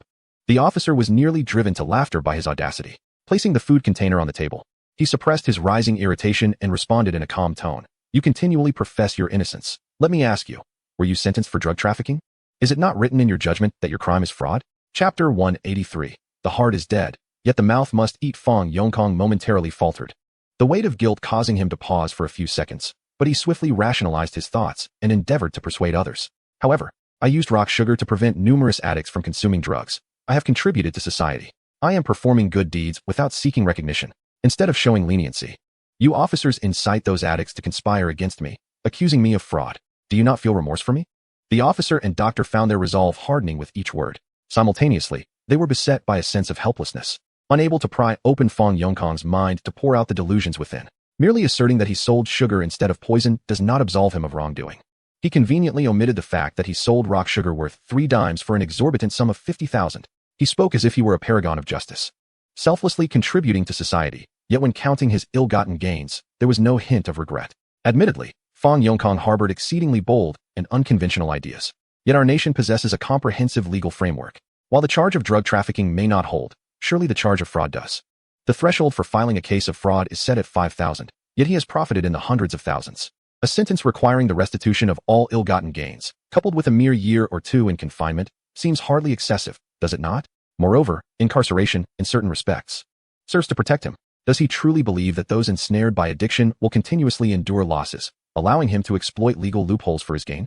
It bears consideration that these individuals, even at the brink of ruin, will seek out substances to consume, often acquiring funds through means that could lead to severe consequences. Fong Yongkong has so effortlessly swindled his way through this, while others, driven to desperation, have reported him a civilized response in the grand scheme. A less civilized approach might involve retribution that could result in grave injury or even death, or coercing others into addiction, leaving Fong Yongkong with nowhere to lament his fate. After all, substance abuse inflicts damage upon the brain. Those who indulge excessively often exhibit erratic behavior. Are you not aware of your own fraudulent actions? While you vehemently assert that you merely opened your door to business, claiming that addicts misinterpret your intentions, one must apply a modicum of rational thought. Would an addict merely stumble upon a grocery store and assume it sells ice? Without connections or channels, how could you have disseminated such misleading information to attract so many? Do not claim we are unjustly accusing you. The authorities have long since scrutinized your online communications, search histories, and purchasing records. It is the confluence of various evidentiary facts and witness testimonies that has led to your presumption of guilt. You have already lost in your second appeal, yet you persist in your protests and hunger strikes. Do not assume that by causing a commotion, we will treat you as a hot potato to be discarded. Do you regard prison as a mere game? I am now offering you the opportunity to consume food by mouth. Should you refuse, you will be compelled to do so through your nose. The guard did not open the food container immediately, but instead retrieved 2 steamed buns from his pocket. Fong Yongkong cast a glance, letting out a dismissive grunt. Behold, this is his attitude. He disregards any reasonable discourse, having grown accustomed to playing the rogue, insisting on his point regardless of the absurdity. As long as the prison does not dare to let him perish, he believes he can manipulate the system. What of nasal feeding? Surely they cannot force such substantial buns through his nostrils. The guard, remaining silent, placed the buns wrapped in plastic upon the table and began to unfasten the food container. As he pried open the first latch, a distinctive aroma wafted forth. Fong Yongkong felt an inexplicable energy surge from the side, his eyes betraying him as they involuntarily darted towards the source. Uncertain whether it was the result of prolonged hunger or a mere illusion, he envisioned a tendril emerging from the container, tentatively probing the air. After confirming its safety, it beckoned to its fellow tendrils, which then surged forth, bursting through the lid. Countless appendages followed suit, seemingly having locked onto their target, and they rushed towards Fong Yongkong's nostrils. Caught completely off guard, he was overwhelmed, his face besieged by this forceful invasion. The sharp, tangy sensation ignited every delicate cell in his nasal mucosa, rendering him with an expression that oscillated between agony and ecstasy. In a daze, he perceived that the fragrant aroma was akin to a feeding tube, meandering through his nasal passages, breaching numerous barriers, until it reached the threshold of his throat, and with a determined surge, descended into his stomach. This sensation of forced nourishment elicited a blend of fear and novelty, causing his toes to tremble slightly. In this hazy moment, he heard a voice. "This is today's breakfast from the cafeteria, an opportunity for you to eat on your own. Will you partake?" The instructor spoke while meticulously splitting open the lunchbox. Inside, it was divided into 2 layers. The upper layer contained soy-scented radish skins, while the lower held plain congee. The bold aroma of the soy sauce was overwhelming, seeking every crevice to infiltrate. Not only could his mouth and nostrils evade it, but even the tiniest tear ducts were unable to escape its provocation. The instructor dared not lower his gaze, fearing that saliva might inadvertently fall into the box, and instead maintained a stern demeanor, saying, "If you refuse to eat, I shall consume the radish myself and blend the remaining congee into a paste to force-feed you." Fong Yongkong longed to stubbornly decline, yet his stomach emitted an untimely symphony of sounds, a cacophony of gurgles and growls intertwined, leaving him uncertain whether they originated from his stomach or his intestines. Each sound was a lamentation of hunger and a yearning for sustenance. The enticing scent of the soy radish skins had thoroughly breached the last defenses of Fong Yongkong's body. After a prolonged period without food, his digestive system, seduced by the aroma, sounded the call to rebellion, declaring a severance from Fong Yongkong's will. From this moment forth, he was he, and I was I. Even if Fong Yongkong's spirit had withered, his mouth still craved nourishment, and his digestive system demanded to function normally, indifferent to his desires. Listening to the raucous rebellion emanating from his belly, Fong Yongkong's complexion fluctuated between shades of green and pale. His toes remained tightly curled, this time out of embarrassment. He desperately wished to strike his stomach to silence it, pleading for it to maintain some dignity and quietude. However, with his hands shackled, he could only helplessly endure his digestive system's betrayal, powerless to intervene. Why had this transpired? Despite the instructor having brought an array of delectable temptations from the staff cafeteria over the past few days without yielding to them, today, due to a few slices of radish, he found himself in utter surrender, forsaking all allegiances. "I will just taste a small bite. Let it be known that even if I do, it does not signify my acquiescence. I remain steadfast in my belief of my innocence. I am an unjustly imprisoned soul." The instructor and the doctor stifled the urge to roll their eyes, refraining from further comment. Regardless, the priority was to allow him to consume something. Chapter 184. This is not an invasion. It is the return of the king. With Fong Yongkong's hands shackled to the headboard, the instructor was compelled to feed him. A small spoonful of congee was first offered, allowing his long-neglected stomach to acclimatize. As the spoon neared his lips, Fong Yongkong struggled for 3 seconds, ultimately succumbing to the protests of his digestive system, opening his mouth to receive the congee. The congee launched an unimpeded assault, advancing smoothly in a coordinated effort. Fong Yongkong's will, akin to a candle flickering in the wind, ultimately succumbed under an overwhelming onslaught, surrendering as he raised the white flag. The porridge, though merely a humble rice gruel, felt like a timely blessing for a body that had long endured starvation, akin to a life-giving rain after a prolonged drought. He eagerly crushed each grain of rice, wishing to fill every crevice of his lips and tongue, compensating for every vacant corner within him. Yet, his stomach had already issued its decree, insisting that the food be escorted to a safe haven, to settle in the central depths, before declaring victory. Otherwise, the tide of battle could still shift. Thus, his lips and tongue ceased their entanglement, and with a swallow, the gates of the city opened wide, allowing the porridge to bid farewell to each taste bud that had fervently sought to retain it as it journeyed toward the right path.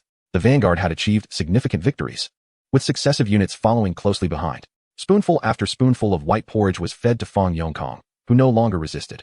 However, his gaze remained fixated on the radish peels upon the table. His mouth was too preoccupied for words, so he could only inquire with his eyes. "I have consumed the porridge. When will you feed me this?" The instructor, perceiving his urgency, smiled calmly. "It is not my fault that you have fasted for too long. Your stomach is empty and needs something to cushion it. You cannot begin with spicy and stimulating food. Have a few more sips." This notorious drug lord, renowned beyond the confines of these walls, could only reflect on his predicament. Wide-eyed and contemplative, after consuming nearly half a bowl of porridge, his eyes were nearly ready to leap from their sockets and land in the small dish of fragrant radish peels. Finally, unable to contain himself, he turned his head to evade the spoon brought to his lips, swallowed the porridge in his mouth, and then found a moment to exclaim, "I'm ready. Let me have a bite of the radish." Quickly. At this point, he could no longer concern himself with managing his expressions, resembling a donkey lured by a carrot. Throughout the ordeal, he could see and smell the food, yet could not taste it, inciting a desperation that made him want to bray and cry out. The instructor no longer toyed with him, scooping up a piece of radish peel, but holding it a foot away from his mouth. Was this not still a form of teasing? The doctor had advised that he could not swallow such a large piece at once, to avoid stimulating his stomach. At the onset of eating, he could only take small bites, understood? Yes, just give it to me. Fong Yongkong's lips were nearly pursed in frustration, his handcuffs clinking as he struggled, presenting a comical sight akin to a clown. Finally, after much effort, he was allowed to nibble on a small corner. Just as he intended to tilt his head and devour the entire piece, he caught the instructor's stern gaze and the accompanying warning. Reluctantly, he could only take a tiny bite with his front teeth, much like a donkey grazing, nibbling a tip of grass. The rich aroma enveloped him, after a prolonged fast. His body's thresholds had sharply diminished, and with that small taste, a strong sensation surged through him like an electric current, resonating within his ears. The flavor erupted in every nook of his mouth, requiring no coaxing from his lips or tongue, as the fragrant radish peel asserted its dominion, causing every cell in his body to bow in reverence, chanting "Long live the king." This was not an invasion. Mind you, this was not an invasion. This was the triumphant return of a sovereign. The exquisite flavor of the marinated radish skin seemingly belonged within his very stomach, as if it were destined to reign since his childhood in the Eastern Palace, awaiting the moment to inherit the throne. It was the royal descendant lost to the world, and was it not entirely justifiable for it to assume dominion over this body?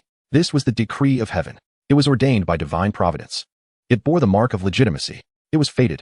The radish skin returned to the stomach, akin to Napoleon's triumphant return to Paris. Oh, the starving populace, at long last. The true emperor has arrived. More. I crave more. I implore you, let me savor another bite. Fong Yongkong extended his neck, desperately reaching out, never imagining that one day he too might possess a graceful swan neck without pain. The instructor paid no heed to his pleas, instead feeding him several spoonfuls of plain porridge, much to Fong Yongkong's accusatory gaze. The instructor let out a cold chuckle, though he remained outwardly silent. A torrent of grievances brewed within him. Did he relish serving others their meals? No, he was merely concerned about this glutton potentially causing himself harm. In ancient times, many famine victims did not perish from hunger, but rather succumbed the day after the court's relief efforts commenced. Why, you ask? Because they overindulged. After enduring prolonged starvation, their intestinal walls were weakened, and their stomachs shrank. A slight overconsumption, an abrupt intake, or a mere tantalizing morsel could lead to dire consequences. The instructor would only cater to him this once. Any future indulgences were out of the question. Once the porridge was sufficiently served, he intermittently allowed Fong Yongkong to nibble on a small piece of radish, creating a delightful interplay of flavors between the porridge and the radish skin. Fong Yongkong eventually found no fault with the porridge, as the rich sauce infused the porridge with flavor, rendering it quite appetizing. However, Upon consuming the last morsel and preparing for another piece of radish skin, the instructor began to clear the meal box and rise. Alas, Fong Yongkong had consumed but a single piece, divided into numerous bites, while the plate still brimmed with remnants, all of which the instructor whisked away. Wait. Fong Yongkong's voice cracked in desperation. Why are you taking it away? Isn't it all mine? Bring it back. You could at least provide me with a bowl of porridge. I am willing to eat now. I am willing. At that moment, both the instructor and the doctor finally felt a release from the pent-up frustration they had been harboring. Truth be told, that plate of radish should have been yours, but alas, your body could only withstand a single piece. The remainder must be taken away. Isn't that right, doctor? The doctor, masked, was free to laugh without restraint, revealing a gleeful smile that showcased all 30 of his teeth without fear of judgment. Indeed, after such a prolonged fast, one cannot consume excessively upon reintroduction. Even offering you one piece was a considerable risk. If you wish for a normal portion, you must first restore your health. With that remark, they both exited, unable to contain their laughter any longer. As the door closed, the doctor leaned back in with a final quip. By the way, I heard there's a remarkable new chef in the kitchen, crafting exceptionally delicious meals. Lunch and dinner are far more sumptuous than breakfast. With that, he shut the door, leaving Fong Yongkong alone, filled with regret and vexation, shedding tears of despair. Good news. The emperor destined to save this ailing body has returned. Bad news. The emperor glanced back only to turn and walk away. Chapter 185. The radish transformed into ginseng. How could this be? Fong Yongkong had previously deemed the cafeteria food utterly unpalatable, thus resorting to a hunger strike. If he could successfully escape, he would savor delectable dishes outside, indulging in a cornucopia of culinary delights. Yet now, they had disregarded all expectations and actually invited a remarkable chef to the prison cafeteria. What was the point of his struggles? He could relish fine cuisine right there. Infuriatingly, the savory radish skin he had anticipated slipped away. He wondered how they would manage the leftovers. Surely they wouldn't discard it? Would they secretly consume it instead? Outside the infirmary, seeing no one around, the doctor eagerly removed his mask. Quick, let me have some. I must taste the new chef's culinary prowess. How could he have even tempted that stubborn mule? The warden, speechless, replied, who said I would discard it. I too am quite curious. Cough. Rather, I am concerned about the quality of the food served to the inmates. You can't keep all the radish for yourself. I'll let you have a piece, but don't be too greedy. Fine, just let me have a taste. I've been hearing about this for days, and I'm positively craving it. The prison guards and doctors dined in the staff cafeteria, entirely unaware of the inmates' culinary experience. However, the hospital ward was unique. It received inmates from all sectors daily. With so many prisoners, there were bound to be some chatty ones who, between consultations, would engage the doctors in conversation. Thus, the hospital ward was the most efficient place for gathering intelligence, always privy to first-hand news. Almost on the very first day of Xiao Lan's arrival, numerous doctors learned of the changes in the inmates' cafeteria that very evening. A remarkable dish of cabbage was served for dinner, and those who tasted it praised its flavor, reminiscing about it hours later. Several inmates visiting for dental pain increased, and when asked why they didn't brush their teeth before bed, they replied they couldn't bear to brush, wanting to savor it in their dreams.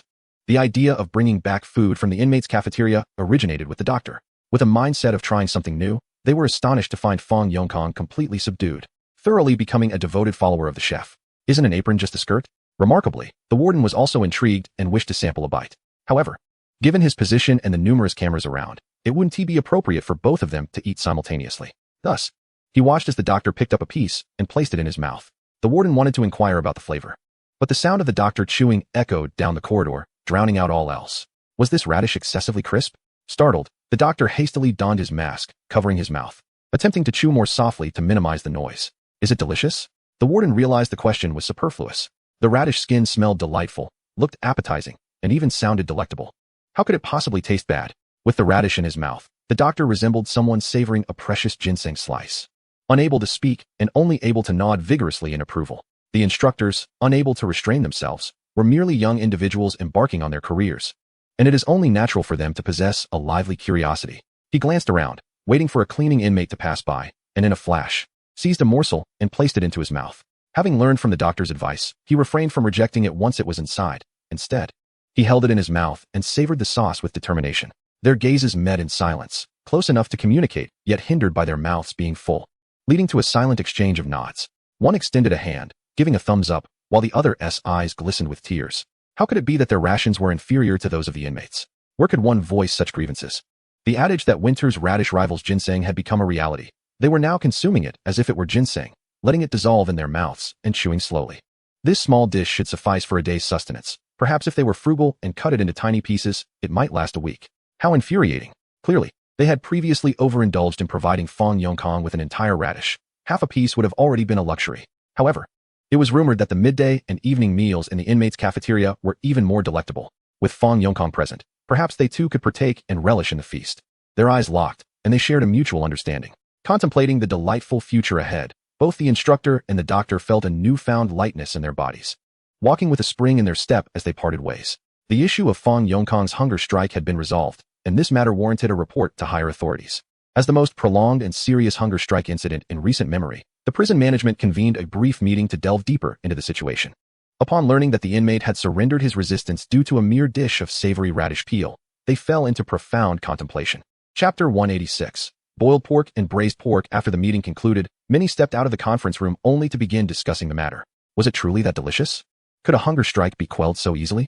Moreover, it was said that the officers had initially tempted him with food from the staff cafeteria. Yet he had resisted even the allure of a large chicken leg, only to falter over a few slices of radish. Perhaps he was simply overcome by hunger, reaching a tipping point where the radish became the final straw. Could it be otherwise? We have not tasted it ourselves. Perhaps we should inquire with Baoguo. Baoguo, is it true that a remarkably talented newcomer has joined the logistics district? Can they indeed elevate a mere radish into something extraordinary? Suddenly being called upon, Baoguo quickly donned an awkward smile. Oh, not at all. They merely found it novel and exaggerated its merits. The food in the inmates' cafeteria can only be so good. Each meal is budgeted at no more than 10 yuan, and the variety of ingredients pales in comparison to that of the staff cafeteria. You see, I told you. The inmates are simply easily impressed. The hunger striker happened to be unlucky, encountering this phenomenon by chance. Observing that his colleagues were convinced, Baoguo turned away, discreetly wiping the sweat that had formed on his brow. Look at how this situation has escalated. The stir that Xiao Lan has created is growing louder.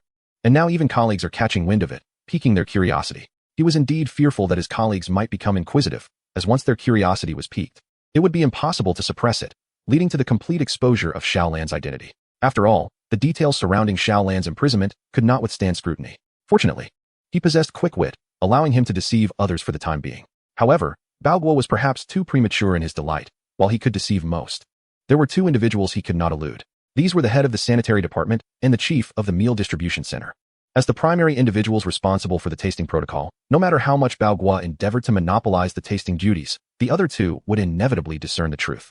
Indeed, when the three gathered before the dedicated sample refrigerator, aiming to taste the same box of samples, the atmosphere turned quite awkward. The head of the department, being the last to discover the truth and harboring the most resentment, was the first to confront Baoguo. Ah, so you think you can keep this all to yourself without including us? I wondered why you were so eager to help with the tastings every day. The chief of the meal distribution center wore an expression of knowing, having already perceived everything. A fire cannot be concealed under paper, Bao. Do you really think your mere words can fool your colleagues? The inmates have been chatting about food nonstop. The other staff will eventually catch on. If you don't include us, who will help you maintain the ruse? With that, the chief produced a plastic bag from his pocket, revealing 3 steamed buns. Here, I saved some from breakfast especially for you, and I brought enough for both of you. Hurry, let's get the radish peels out and add some excitement. Witnessing such preparedness and ability to win hearts, one could truly call it professionalism. Previously, Baoguo had shamelessly requested Lao Sun to prepare a larger quantity of samples for tasting, and though Lao Sun had seen through the pretense, he chose not to expose it, thereby benefiting the other two instead. Truly, the efforts of the past bear fruit for future generations. The only solace was that the samples could be disposed of after 48 hours, typically discarded. However, the pickled radish peels would not spoil, meaning they could enjoy another meal together. Yet, had it not been for these two, the entire box would have belonged to Baoguo. Wait, according to the original rotation, today was indeed Baoguo's turn, so the entire box was rightfully his. Ah, how infuriating. These two consumed his food and then chastised him. After indulging in their meal, the two patted Baoguo on the shoulder, kindly offering consolation. Don't be too disheartened, Bao. You've recently made a significant contribution by identifying a fugitive murderer among ordinary inmates. So promotion is on the horizon. It's important for young people to remain cheerful. Exactly. The inmate will be around for at least a year and a half. And who knows, we might all get tired of his cooking in the future and not want to taste it anymore. Haha. A bitter smile crept onto Baoguo's lips. Cheerful? How could he be cheerful? If he could enjoy Xiao Lan's cooking every day, he could transform into a sunny, joyful young man. Yet, only he knew that Xiao Lan would soon depart. The warden had informed him that it would not exceed 2 weeks at most. However, given the rapid rise of Xiao Lan's reputation and his formidable methods of apprehending criminals, it was likely that those 2 weeks would be shortened even further. Moreover, the warden is aware that the discovery of the wanted murderer is primarily due to Xiao Lan's efforts, which he cannot claim for himself. While there is hope for promotion, it is not guaranteed. Nonetheless, he decides to refrain from overthinking and focus on fulfilling his duties diligently. Just as he contemplates this, Bao suddenly receives a notification indicating that a prisoner has blown a kiss at the surveillance camera. He understands this to be a summons from Xiaolon and promptly seeks an opportunity to arrange a meeting. What brings you to me this time? Have you uncovered another wanted criminal hiding among the inmates? Bao Guo inquired incredulously, his gaze toward Xiaolon filled with reverence. Xiaolon hesitated, unsure of how to articulate his thoughts. Bao's assertion was partially correct, yet not entirely so. Ever since Xiaolon had apprehended Uncle Hao, he had consciously paid attention to the reactions of those who fervently despised evil during meal preparation. After numerous meals, Xiaolon purposefully ventured into different areas for food distribution and identified several criminals who elicited a fiery response from the cooking utensils. However, the circumstances surrounding these offenders were rather intricate. They did not conceal their identities like Uncle Hao, nor did they possess clear evidence of their crimes. Rather, they had committed new offenses after their incarceration, which had gone unnoticed. In other words, Xiaolon lacked the evidence necessary to apprehend them directly. He would need to employ a more strategic approach. Thus, he said to Bao Guo, I intend to undertake certain actions that may be somewhat unconventional. Could you perhaps grant me more leeway in my activities? It would be ideal if you could assist in providing cover. Additionally, I require a portable recording device, preferably wireless and as discreet as possible. Upon hearing Xiaolon's request, Bao Guo felt an overwhelming pressure and the weight of his performance indicators bearing down upon him. He no longer doubted Xiaolon's professional judgment and abilities. Rather, he began to question his own. Why, after years of being vigilant in the prison, had he failed to notice anything, while Xiaolon, having only been there for 3 days, seemed to perceive everything with clarity and was poised for significant action? Could it truly be that a lack of experience in a different field creates such a chasm? This realization made Bao Guo feel insecure, and he timidly asked, I have no issue providing the equipment, but I worry about whether I can adequately support you. Should I consult the warden to arrange for additional personnel to assist in liaising with you? I fear I might not be able to manage. Xiaolon reassured him. There is no need for concern. All you need to do is suppress any complaints or reports against me. Everything else will be handled by me. For a brief moment, Bao Guo felt a wave of vulnerability wash over him, almost compelled to cling to Xiaolon's leg in gratitude. Was this akin to being carried through a game solely by an adept teammate? The sensation was a mix of thrill and anxiety. Soon, Xiaolon acquired a set of covert equipment from Bao Guo. When fully charged, it could remain on standby for a month, though it had the drawback of lacking internet connectivity for real-time uploads to the cloud. Consequently, Bao Guo would not be able to view the live footage while Xiaolon was recording. He would only discover the content captured once Xiaolon submitted the device after everything had settled. Xiaolon concealed it in the toe of his shoe. With winter's chill and the thickness of his cotton shoes, it was relatively easy to disguise. With all preparations complete, Xiaolon was ready to embark on his significant undertaking. Before embarking on significant endeavors, one must diligently attend to daily tasks. As noon approaches, it is time to head to the canteen to prepare today's lunch. Upon entering, Xiaolon immediately spots Old Sun, who is craning his neck in search of him, his face radiating joy rather than anxiety. Ah, you've returned, he exclaims. You have no idea. The kitchen crew is like tadpoles seeking their mother. If you're absent for even a moment, they scatter, asking where you are. Noticing Old Sun's exuberance, Xiaolon inquires, is there some delightful news today? You seem particularly cheerful. Indeed. Today marks our weekly meat day. I assure you, not just me. Every inmate walks with a spring in their step today, even while relieving themselves. Although the regular meals include meat, today promises pure, unadulterated meat, a true feast. As a newcomer to the prison, Xiaolon cannot fully grasp their fervent craving for meat, but is secretly relieved that his stay here will soon conclude. Otherwise, he too might fall prey to such appetites. What kind of meat will be prepared today? He asks. Pork. Old Sun replies animatedly. Last week we had braised duck legs, and the week before that, spicy chicken. We're rotating our options. As they walk towards the kitchen, Old Sun continues to chatter excitedly. Before your return, we were just deliberating on how to prepare the pork. Some suggested braising, others proposed twice cooked, while a few preferred making it into braised rice. However, everyone is eager to hear your thoughts. The kitchen staff's reliance on Xiaolon surpasses even that of Old Sun, who harbors no resentment. He too is curious about the fresh methods Xiaolon might introduce. To be candid, after years of eating his own cooking, Old Sun has grown weary of the same dishes. With Xiaolon's arrival, he looks forward to indulging in something novel. It is evident that the others share this sentiment, as upon Xiaolon's entrance into the kitchen, all eyes turn towards him. Adorned with bright smiles, on a day dedicated to meat, the advantages of the kitchen shine brilliantly. They are allowed to indulge a bit more than the average inmate, a privilege that holds great value. Thus, every face beams with extraordinary brightness, and their gazes towards Xiaolon seem to transform, as if they perceive not a person, but a platter of vibrant twice-cooked pork, dompa pork, guabao pork, and spicy stir-fried meat. Rather than making an immediate decision, Xiaolon poses a question. Have the inmates provided any input? Which dishes do they prefer? Or conversely, which do they find less appealing? Without needing Old Sun to respond, the others eagerly chime in, eager to assert their presence before their esteemed chef. I know. The inmates enjoy every variety, yet regardless of what we prepare, complaints will arise. If we make braised pork, they say it is too greasy. If we opt for guabao pork, they claim it lacks authenticity. With dompa pork, they argue it is indistinguishable from braised pork. When we stew meat, they complain it is too tough, akin to eating toilet paper. For spicy stir-fried meat, some find it too hot, while others argue it is not spicy enough. When we prepare braised dishes, they say chicken and duck share the same method, offering no variety. Xiaolon raises his hand, silencing their chatter. Behold, the challenge of pleasing the multitude. They profess to enjoy everything, yet when faced with any dish, they remain dissatisfied. You suggest that they are intentionally seeking trouble. However, that may not be the case. Perhaps the cafeteria approached them for suggestions, and if those suggestions were indeed made, you would not be pleased. I shall inspect the ingredients. Xiaolon did not express any opinion, but merely uttered a phrase before making his way towards the area where the ingredients were stored. In truth, the ingredients were not far. One could see them from where they stood. Yet, Xiaolon desired more than mere visibility. He sought clarity. Education emphasizes the importance of tailoring instruction to the individual, and similarly, culinary endeavors require adaptation to the specific ingredients at hand. He wished to discern the type of pork, the specific cuts, the freshness of the meat, and its overall quality.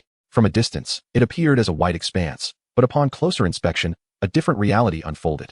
All the meat was pork belly, with a balanced ratio of fat to lean, approximately 50-50. The fatty portions exhibited a creamy white hue with a subtle sheen, while the meaty sections were a fresh pale red.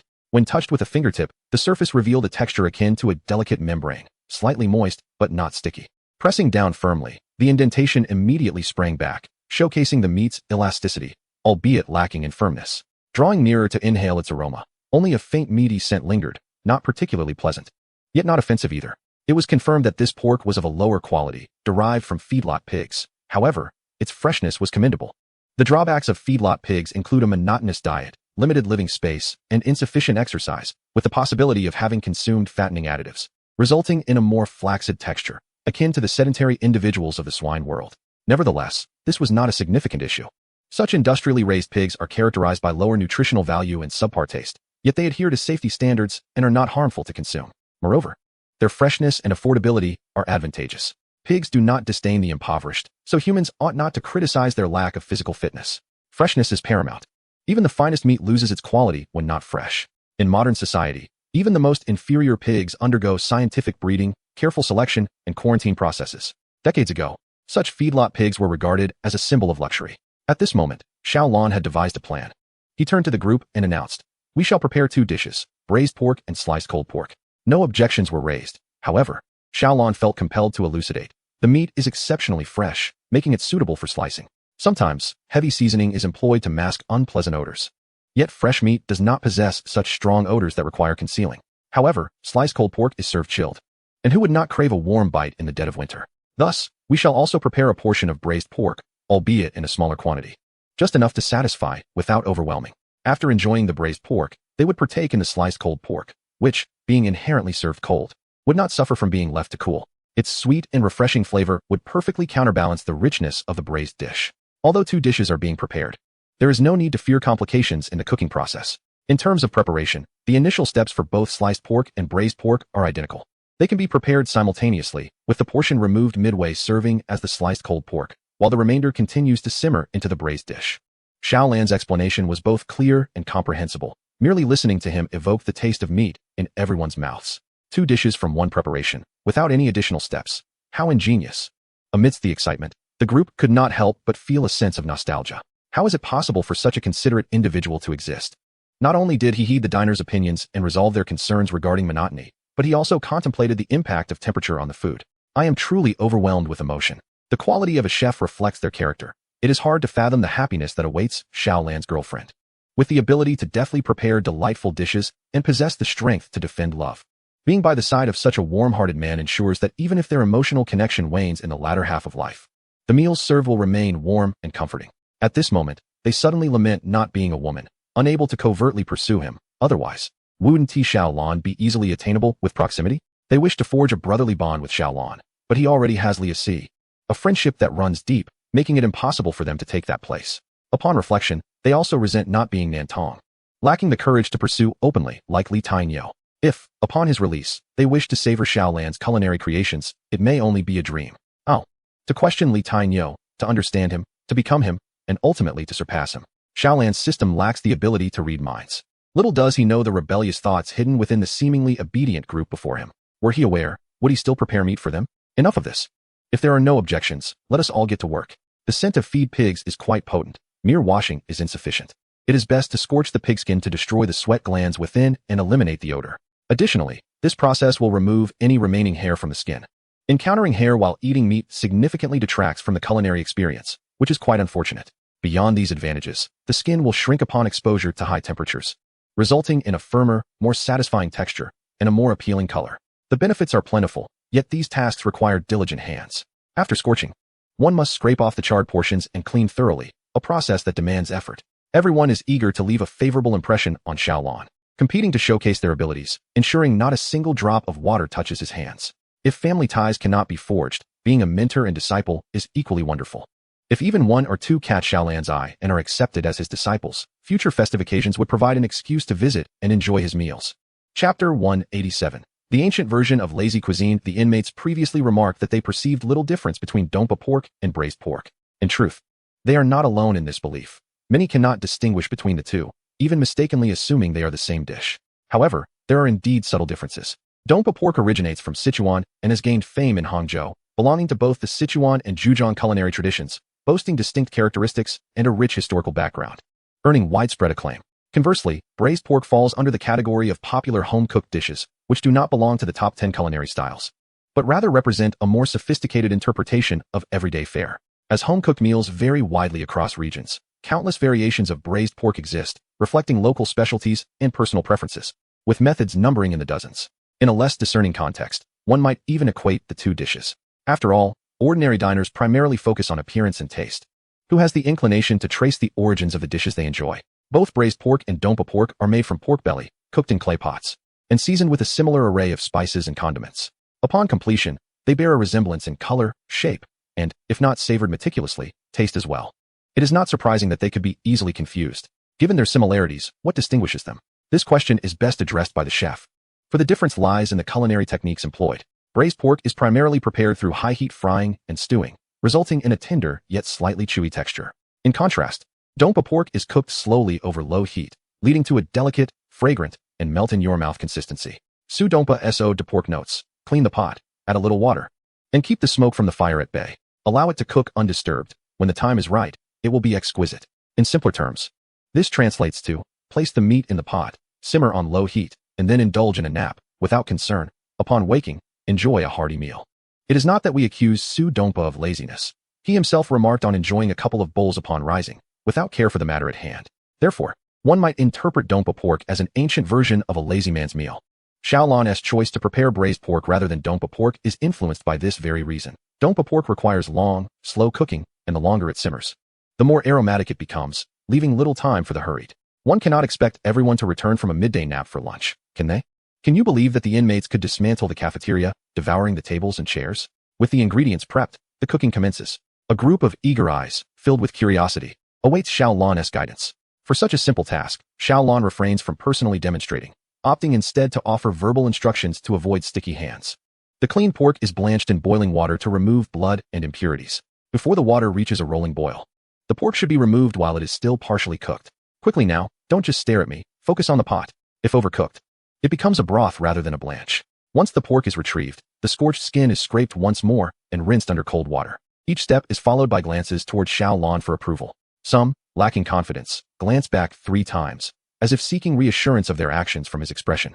Xiaolan finds himself somewhat at a loss for words. You need only to listen, do not fixate on me. Be confident, this is home cooking. You cannot go too far astray. Upon hearing this, the group realizes their subconscious habit of turning to him for affirmation. Alas, has Xiaolan inadvertently instilled doubt in them? Previously, they had felt assured in their culinary skills, even dreaming of opening a restaurant upon release. Yet, with Xiaolan's presence, every simple dish transforms into something extraordinary, leaving them feeling like fledgling cooks who have lost their previous capabilities. All right, let us return to the pot with cold water, adding scallions, ginger, and cooking wine. And this time, let it cook until fully done. No sooner had he finished speaking than a hand was raised with a question. How can we tell when it's fully cooked? Xiaolan initially considered mentioning color and aroma, but decided to provide a more straightforward answer. When a chopstick can easily pierce the meat and comes out clean, without remnants of flesh or blood, it indicates that the meat is ready and can be removed to cool. In the event of a mishap, One could simply set a timer for half an hour. Regardless, the meat would surely be cooked through. Suddenly, Xiaolan appeared to recall something important. Instructing, do not discard the water used for boiling the meat. It can be repurposed for cooking vegetables or making soup. This pot contains authentic meat broth, with blood and impurities eliminated during the blanching process. A sprinkle of salt and the addition of tofu and greens would render it exquisitely fragrant. The others immediately understood, their eyes widening in delightful surprise, realizing that a third dish was indeed emerging. 2 meat dishes and 1 vegetable dish. This felt like a festive celebration. With hearts brimming with joy, they eagerly awaited the outcome, fervently discussing which vegetables to prepare. In the past, they had been indifferent to such matters, merely following whatever arrangements Old Sun made. Amusingly, whether they cooked radishes or winter melons, the final result always tasted the same. Now, however, they began to form their own ideas, centering their discussions on what type of vegetables would honor this pot of meat broth. Compared to this genuine meat broth, their previous concoctions could only be dubbed as mere bathwater for pigs. Bathwater could be carelessly squandered, even discarded, but meat broth must be cherished. As time passed, the essence of the pork infused into the water, the rich aroma intertwining with the billowing white steam rising gracefully. This broth had undergone a transformative leap in quality. The flavor was both robust and pure, and while the steam appeared thick and white, lifting the lid revealed a clear and bright broth. The naked eye could not detect any floating impurities, nor could the nose catch a hint of unpleasant odor. This was largely thanks to the remarkable prowess of ginger and scallions, which thoroughly banished any lingering gaminess of the pork, leaving only the fragrant essence swirling and dancing in the air. With eyes closed, one could even catch a faint hint of wine aroma, warming the cheeks and intoxicating the senses, even before any salt had been added. This miraculous transformation was simply the result of a few additional steps taken during the meat preparation. Oh my, I feel like I have graduated. So do I. I suddenly believe that as long as I present these 2 dishes and a soup, there is no woman in the world I cannot win over. After all, even I am beginning to fall in love with myself. Wake up, don't get ahead of yourselves. You haven't team mastered it yet. We're only halfway there. Old Sun's voice snapped everyone back to reality. These young ones simply could not contain their excitement. Having grasped half a lesson, they were already fantasizing about attending Tsinghua University.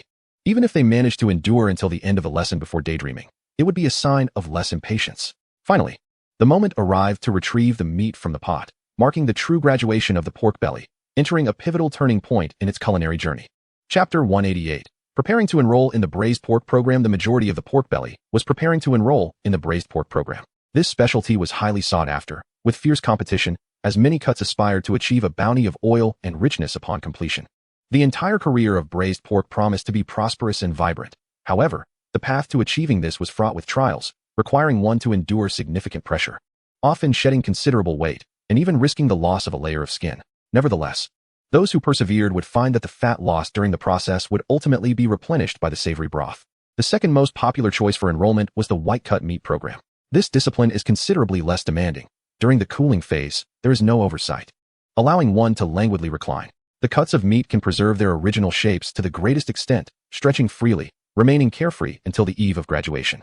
However, regardless of their individual forms upon graduation, once placed upon the cutting board, they will be sliced into similarly sized and uniform pieces. Subsequently, they will be neatly arranged and placed into the vast cauldron of society, where their future hues will be dictated solely by fate. A few remaining cuts of pork, until the end of the application process, have not chosen any aspirations. If you were to inquire, they would be more astonished than you. Aspirations. What are aspirations? They possess no right to choose. They are simply poured into a large warming pot alongside the broth, destined to be simmered until all essence is extracted, becoming mere remnants. Initially, they may struggle to rise, but the more they resist, the more unfortunate their plight becomes. If luck is not on their side and they are inadvertently trampled by other frantic pieces, the one that strives the hardest to surface may suffer first, plummeting swiftly. Though claimed to be unintentional, who knows if it was deliberate? Among the lower-tier slices, there exists a plethora of discontent, each yearning to ascend by stepping upon their kin. Yet, meticulous schemes often lead to their own demise. Regardless of their relentless efforts to ascend, when the lid descends, all deceit and stratagems will amount to naught. The fate of each piece is to sink to the bottom of the pot, silenced forevermore. What submerges them is not the torrent of time, but merely a bucket of water, even if some pieces are fortuitously blessed. Seizing an extraordinary opportunity to leap from the warming pot, what awaits them is merely a toss into the trash or a rinse before being returned. They likely cannot fathom why, despite all being the same cuts of pork once simmered together. Only they are condemned to remain at the bottom, while the others can choose vibrant, varied lives. Is it merely because they were born on the fringes, inherently irregular in shape and less visually appealing, that they are destined to become scraps? The answer to this question may only reveal itself in due time. There will always be a period of silence, mistaken for eternity, yet it is merely a phase of life. The future remains unwritten. The meat intended for braised pork is pressed under a weight to flatten it, ensuring that when cut, it is perfectly square, aesthetically pleasing, and offering a firm texture. If you are disinclined to pursue excellence, so be it. I am merely sharing the method for refinement. Upon hearing Xiaolan's words, the disparities among individuals become apparent. Some diligently follow each step as prescribed, while others, initially intent on proceeding, decide to abandon their efforts upon hearing Xiaolan's suggestion to forego it, reasoning that it is merely for the inmates, not for a business venture, and thus devoid of remuneration. During the cooling and setting process, Xiaolan instructs the group on caramelizing sugar. The syrup produced from granulated sugar has a lower concentration, whereas that derived from rock sugar yields a richer hue. Using rock sugar for caramelization is undoubtedly preferable. However, due to the constraints of the prison environment, white sugar must suffice. When caramelizing, one must be mindful of the heat. Begin with medium heat and lower it to a simmer once the sugar has melted. The caramelization process can be divided into 4 distinct stages. The initial stage, characterized by the formation of large white bubbles, is known as frosting or sandy. This phase is ideal for creating frosted peanuts, sugar-coated cashews, or sandy taro. As the sugar syrup takes on a faint red hue, it reaches the pulling thread stage, perfect for crafting caramelized apples, bananas, or sweet potatoes. At this juncture, further cooking should cease. The third stage sees the syrup transform into an amber color, referred to as glass or amber, which is optimal for making candied hawthorn. This stage requires careful control, as a slight misstep can drastically alter the outcome, necessitating one's intuition. The final stage yields a deep date red syrup, suitable for glazing braised pork. Once reached, water can be introduced. Further cooking may lead to a bitter taste. During this explanation, Xiaolan personally demonstrated the process, while onlookers, eager yet hesitant, shielded their faces with pot lids and squinted to observe. The pork belly should not be directly immersed in the sugar water. Instead, it should first be sautéed in the pot to render excess fat, reducing greasiness, before adding aromatics such as scallions, ginger, star anise, and cinnamon, then stir-frying over high heat. As Xiaolan cooked and narrated, the sizzle of the oil harmonized with his melodious voice, rendering the experience quite delectable. With a few more lessons like this, the mere sound of Xiaolan's voice would evoke salivation among the listeners. This delineates the difference between braised pork and dompa pork. The latter omits this crucial step. While explaining, Xiaolan intentionally distanced his mouth from the pot, not out of fear of splattering his concoction, but to avoid the hot oil from spattering onto his face. He longed to toss the pan to evade the splattering oil, yet the audience fervently implored him not to, fearing they would be unable to follow his swift movements.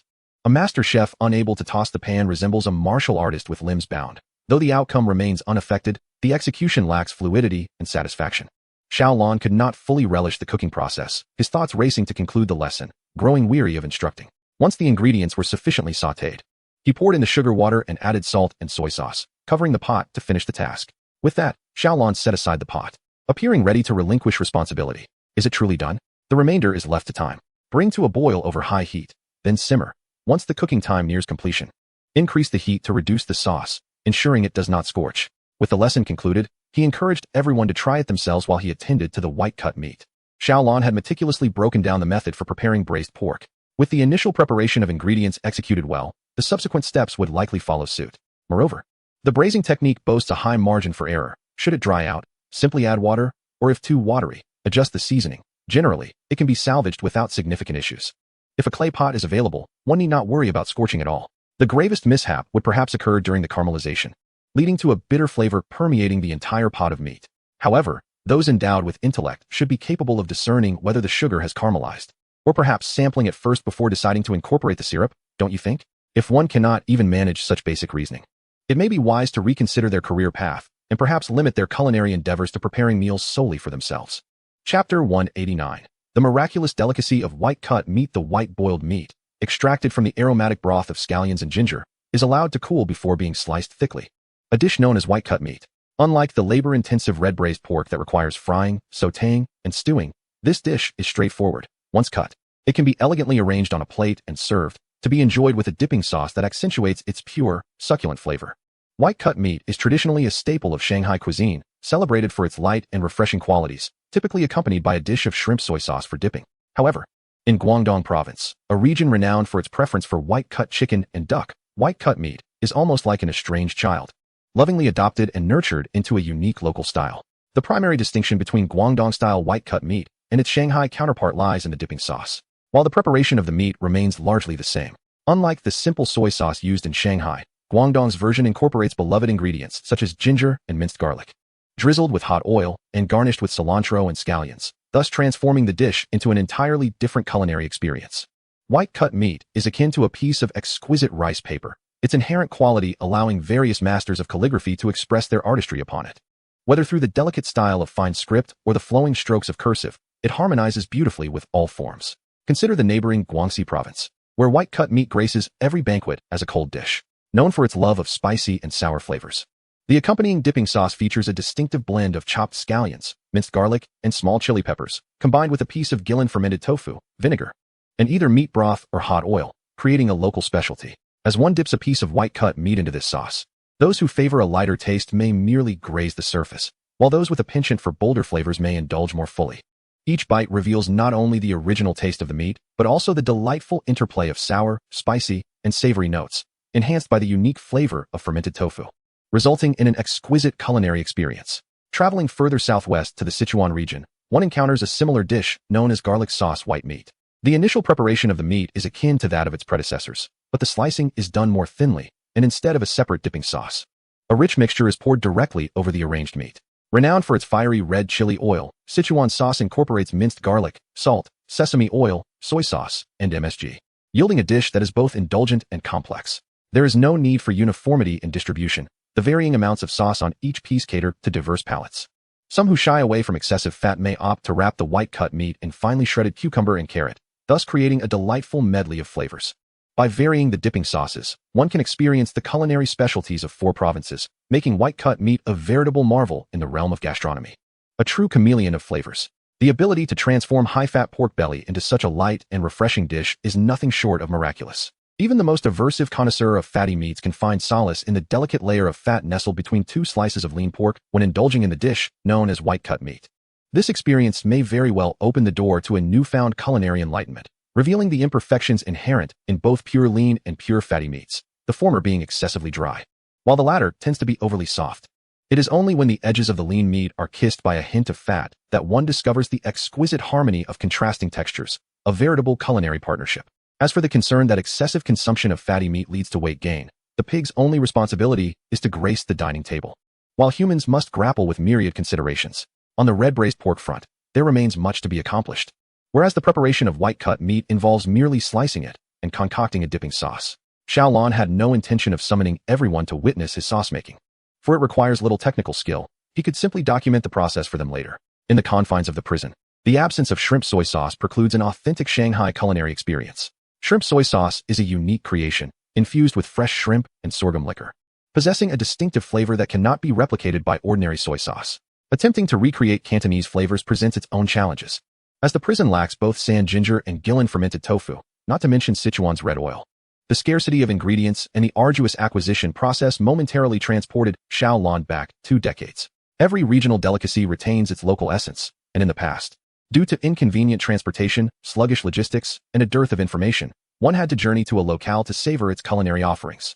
Alternatively, one relied on serendipitous encounters with vendors from distant lands, receiving morsels that purported to represent the delights of an unfamiliar province. In accepting these delicacies, one also embraced a fantasy of that distant place.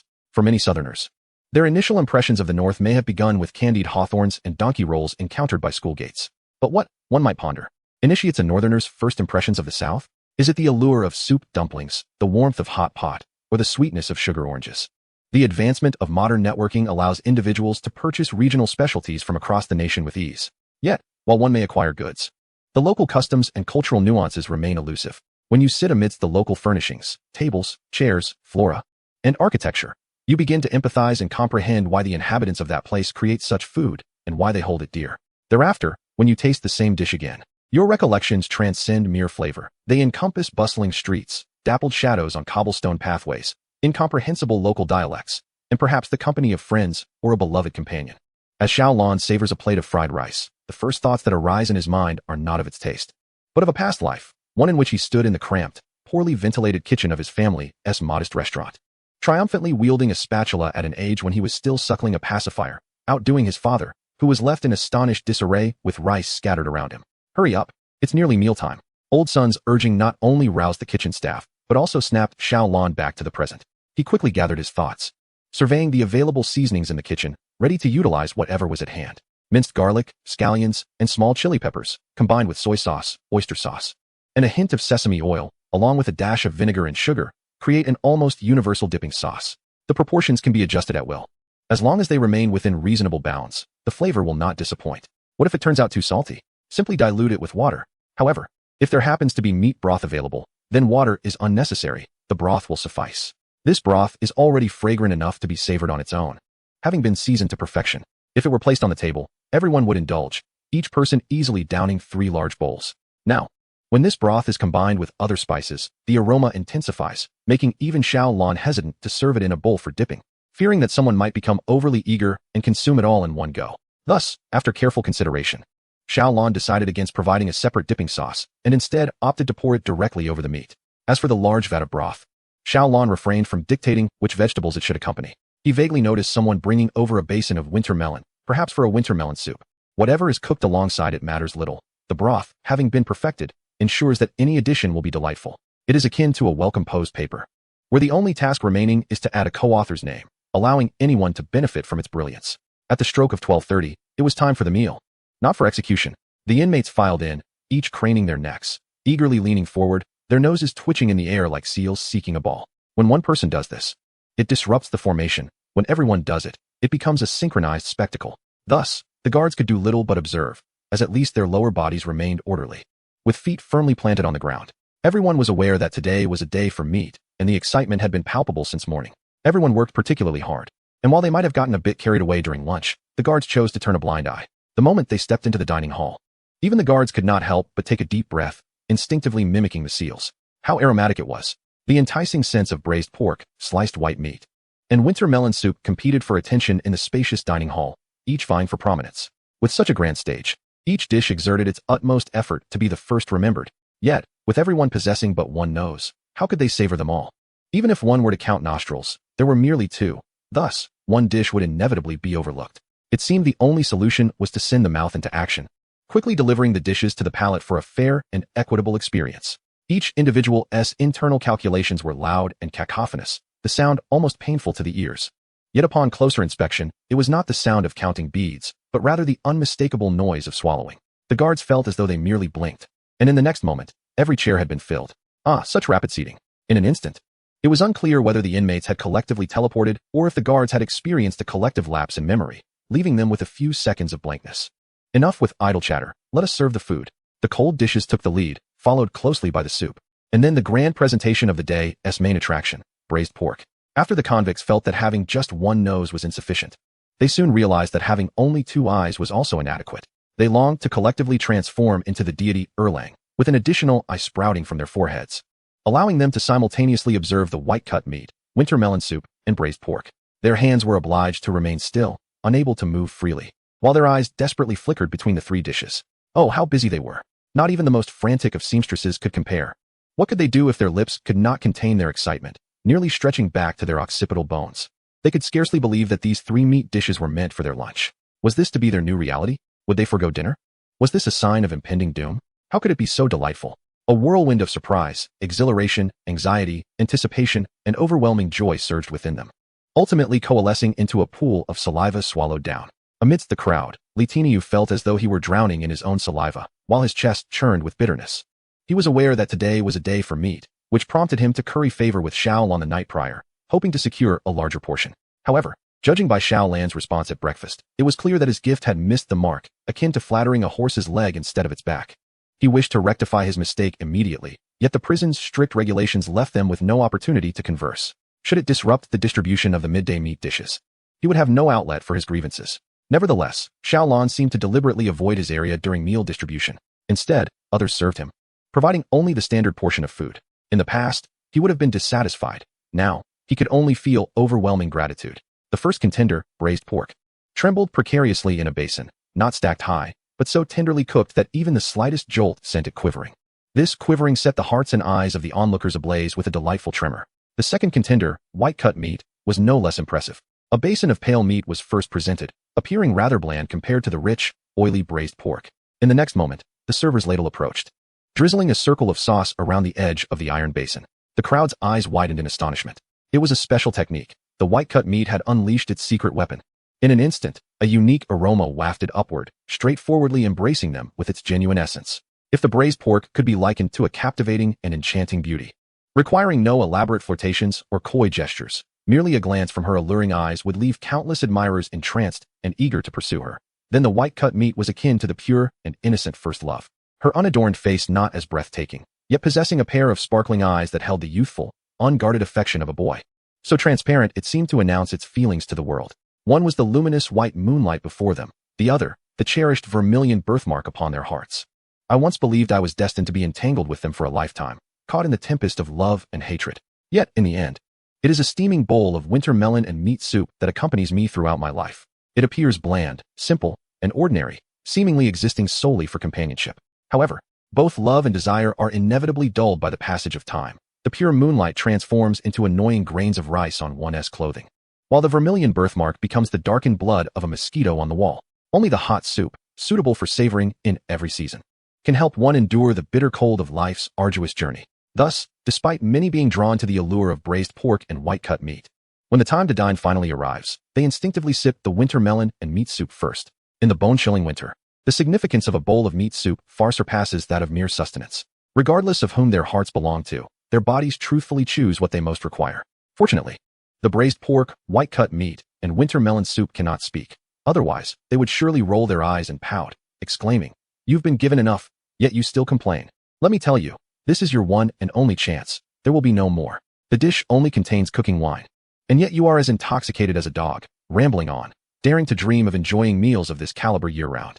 Remember this, it is not a lifetime, a generation, or a pair of souls, but a singular meal in a lifetime. If you wish to savor it again, you must reincarnate early and queue for a number at the restaurant." Chapter 190. In laughter, some indulge in another slice. As the soup flows down my throat, it fills me with warmth, dispelling my sorrows. Initially, I expected a bland broth merely to warm my stomach, only to discover a rich, savory flavor that astonished me. This bowl of soup, though not comparable to a broth simmered for hours, defied my expectations of boiled winter melon, delivering a meaty essence that left me utterly astounded. Countless souls yearned to sip gently, only to find themselves having downed the entire bowl in one breath. The dining hall was eerily silent, devoid of whispered conversations, save for the continuous sound of slurping soup. A few, in their haste, even produced croaking noises. Closing my eyes, I listened to the chorus of slurps, unable to distinguish whether I was in a prison or a rice paddy. The inmates savored every piece of winter melon, ensuring not a drop of soup was left. Before contemplating the distribution of braised pork and white-cut meat, each long table was adorned with a communal dish, allowing inmates to serve themselves according to their desires, whether to indulge or to restrain. Previously, meals were shared with an unspoken agreement of equitable distribution, with personal preference dictating the amount consumed, as there was no need to vie for such dishes. Today, however, bore a different weight of significance. In their minds, each piece of meat bore a number. Those who dared to take more risked being chastised for a week. Once Xiaolon departed, that week could extend into a sentence, or even a lifetime. Until the end of one's days, one will be reminded of those moments spent behind bars. I vividly recall my initial days in confinement. The aroma of braised pork wafting through the air, the sweetness of the white-cut meat enticing the senses. Amidst laughter and camaraderie, someone would reach for an extra piece. The first to seize the spoon would feel its weight akin to 1,000 pounds, as the gazes of all the prisoners fixated upon it. With every lift, they would tug, and with every drop, they would pull. This was, in essence, a silent tug-of-war, 1 against 7. They scrutinized you closely, counting how many morsels you managed to scoop, an endless cycle until the last piece was distributed, after which the tension of this competitive feast would finally ease. Each person cradled their small bowls, gathering strength, recuperating in anticipation of the next round. The braised pork was rich in flavor, but not greasy, while the white-cut meat bore a savory essence devoid of any fishy taste. To sum it up, utterly exquisite. As I lifted a piece of braised pork from the bowl to my mouth, it quivered in anticipation, evoking a sense of sympathy within me. I felt reluctant to startle it, wanting to pause and gently reassure it, fearful that in its panic it might leap from the spoon. Yet, should you fall for its seemingly pitiful demeanor, you would be sorely mistaken. The finest hunters always present themselves as prey. Upon entering your mouth, it dissolves almost instantaneously, rushing into your stomach with an eagerness that firmly seizes your mind. It does not come merely for your indulgence, it comes to dominate your being. Henceforth, whether walking or seated, you would find your thoughts consumed by the image of braised pork. In contrast, the white-cut meat eschewed complexity, embodying sincerity and solidity. Cut into thick slices, it never betrayed your trust, delivering a genuine sense of satisfaction with each hearty bite. Within your mouth, your lips became guns, your tongue a sword, engaging in a spirited duel. Rather than a contest, it felt more like playful banter, for it allowed ample leeway, even offering up fat as a cushion to prevent you from choking. This cushion of fat was laid thick, inviting you to eat without restraint, to savor each mouthful, while it watched you with a smile, regardless of your antics. Some prisoners, moved by the moment, would rise to wipe away tears, only to be sharply reminded to sit down, jolted back to the reality of their confinement. It had been so long since one felt such blissful forgetfulness, as if enveloped in deep affection and care. This was the warmth of humanity, a sentiment they could still grasp before their hearts turned cold and hardened. Even the worst among them, at some point in their lives, had experienced the genuine love of someone who wished for their success and well-being, hoping they would grow to be pillars of society. How could they have become so accustomed to, even disdainful of, the darkness that ultimately ensnared them? Regret, profound regret. Wishing they could turn back time, a longing to escape and offer an apology to those who loved them. Of course, those who wept over their meals were but a minority. Most were eager to eat, to devour heartily. For time was limited to a mere 30 minutes. There was little room for reflection. Should the time elapse and their plates remain unfinished, the opportunity would vanish, leaving them with no place to express their sorrow. Some individuals who typically lack an appetite during meals now find themselves consuming food with an urgency, almost wishing to slap themselves and utter, "Foolish mouth, eat quickly." The braised pork is devoured with remarkable speed. Initially, everyone savors it piece by piece, but soon, fearful of time constraints, they crush it and mix it with rice, stirring it together to hastily send it to their mouths. The rich flavors of meat and sauce create an indescribable delight that evokes involuntary eye rolls of ecstasy. This is not merely eating braised pork. It is a profound, soul-satisfying experience. However, the white-cut meat proves more challenging to conquer. Its texture is exceptionally firm, requiring diligent chewing. Yet the more one chews, the more flavorful it becomes, making it hard to swallow. To hastily gulp it down before the flavor dissipates would be an affront to the care that went into its preparation. Let us not forget, it has harmonized beautifully with the dipping sauce. As for the remaining winter melon in the meat soup, I apologize, dear, you are wonderful. But I am far too preoccupied to keep you company. Once I have the time, I shall return. Oh, there is meat in the soup. I must quickly extract it to eat. As for the winter melon, my apologies, dear, I am simply too busy to attend to you. After the initial shock and bewilderment, the inmates begin to hastily consume their meals, racing against the clock. The sounds of spoons clashing against bowls and dishes fill the cafeteria, creating an atmosphere of fervor. The clattering resonates like the frenzied knocking of bowls before a meal. Oh, how hungry I am. Why does half an hour stretch on so interminably? For years, the prison officers have supervised the inmates until they finish their meals, before heading to the staff canteen for their own lunch, a mere 30 minutes apart. Just half an hour. One cannot even manage 2 rounds of a game in that time. Has the deity governing the flow of time been indulging in wine while on duty? Otherwise, how can such chaos ensue? As each bite of meat is consumed, the aroma in the cafeteria intensifies. At this moment, every officer on patrol feels a little person within them fervently banging on a bowl, rolling on the ground, and shouting, "I am so hungry." If not for their uniforms, they would dash forward, pushing the inmates aside to join the fray for meat. Yet, it must be noted that there seems to be no explicit rule prohibiting prison officers from dining in the inmates' canteen. In fact, it is somewhat encouraged, urging prison officials, especially those in leadership, to occasionally partake in the inmates' meals to enhance their understanding of management. Thus, it appears that dining there is indeed permissible. A glance exchanged among many officers reveals a shared yearning, yet none dare to step forward. Each one is acutely aware that this encouragement is founded upon the previous reluctance to partake. Should they all rush in to eat, it would swiftly become forbidden. And more severely, it could even lead to accusations of misappropriating inmate provisions. In this moment, they cannot help but envy those compelled to eat prison food, pondering who among them might be in that situation. It seems there is someone referred to as Baugwa, who would always sigh in resignation whenever it was his turn.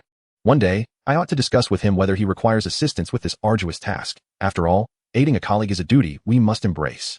After a hearty meal, during the afternoon rest in the dormitory, as everyone relished their meat-laden lunch to the point of being too satisfied to sleep, they could not resist the temptation to engage in a light-hearted poll. When the discussion arose about selecting a single dish from the lunch menu to serve as dinner, the most votes surprisingly went to the winter melon meat soup. Technically, the presence of winter melon was inconsequential. It was primarily the meat broth that garnered affection. It is likely that even the meat within the soup was unexpected, as it was chosen over other more prominent options. The braised pork, with its robust flavor, and the white-cut meat, known for its versatility, are undoubtedly the stars of the meal. In contrast, the slices of meat in the soup are mere supporting characters.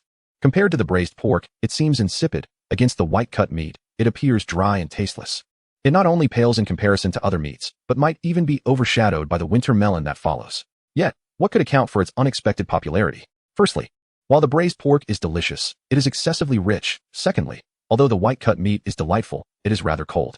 Only a bowl of meat soup, warm and fragrant, can simultaneously satisfy the craving for meat without overwhelming the senses and provide warmth. Thus, while competition in society can be fierce, it is not solely a vertical struggle. Striving upward is not the only optimal solution. Society also offers horizontal avenues, abundant with untapped opportunities and unmet needs. If one day you find yourself weary from climbing upward, unable to reach the heights that others seem to have occupied since birth, perhaps it is worth glancing sideways. This vast expanse of opportunity stretches endlessly. Surely, there is a realm in which one can carve out a niche. The future remains uncertain.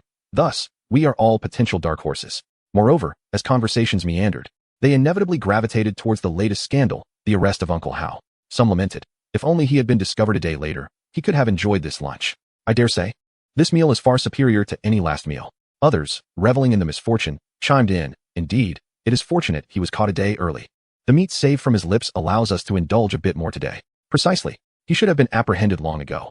Merely the thought of residing in proximity to such a deranged murderer sends chills down my spine. Those who shared a cell with him must have lived in constant fear, as he bore the weight of 3 lives taken.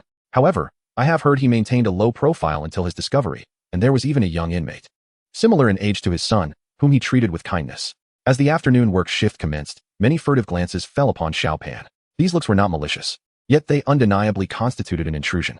Not only did Xiao Pan feel it, but even the members of the mutual supervision group beside him sensed the scrutiny. A mutual supervision group, as the name suggests, consists of inmates who monitor one another, reporting any disturbances or irregularities to the authorities. It can also be referred to as a mutual supervision group. When one person falters, all bear the consequences, compelling everyone to diligently monitor one another and refrain from negligence.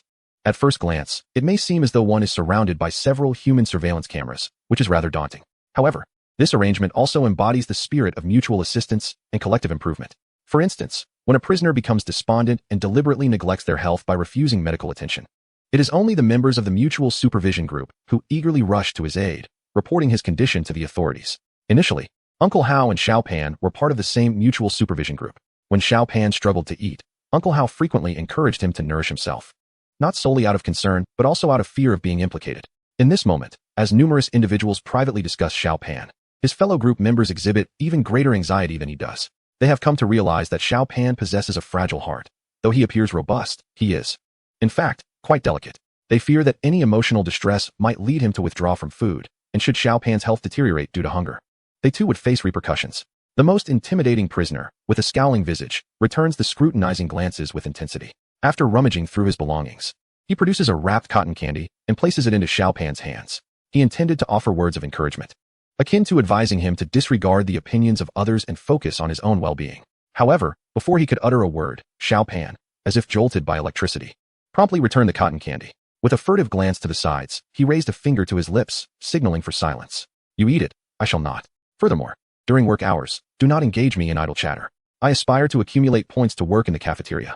I have heard that this position is highly competitive, and I have been striving to complete double the workload in secret, determined to outshine my rivals. Once I secure the position, I shall undoubtedly have my share of the coveted kitchen privileges.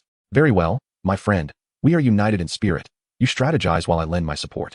The members of his mutual supervision group are left speechless. While they worry he may become disheartened by the comments of others, little do they know that his mind is singularly focused on his ambitions in the kitchen. No one understands how formidable a person can become once they have a clear objective in life. Indeed, with a fortified spirit, one's resilience against pressure transforms. As night falls, it is time for another meal. Given the sumptuous lunch, a lighter dinner is in order, which is met with no objections. Xiao Lan has no intention of imparting new knowledge this evening. The midday feast is sufficient for contemplation.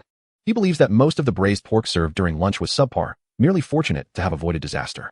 During dinner, Xiao Lan discreetly shares with everyone the art of culinary shortcuts. When one feels lethargic and prefers not to labor over the stove, blanching vegetables is an ideal solution. Blanched greens involve drenching boiled vegetables in sauce and drizzling them with hot oil. Simple, yet often mismanaged, resulting in a dish that may be unappetizing.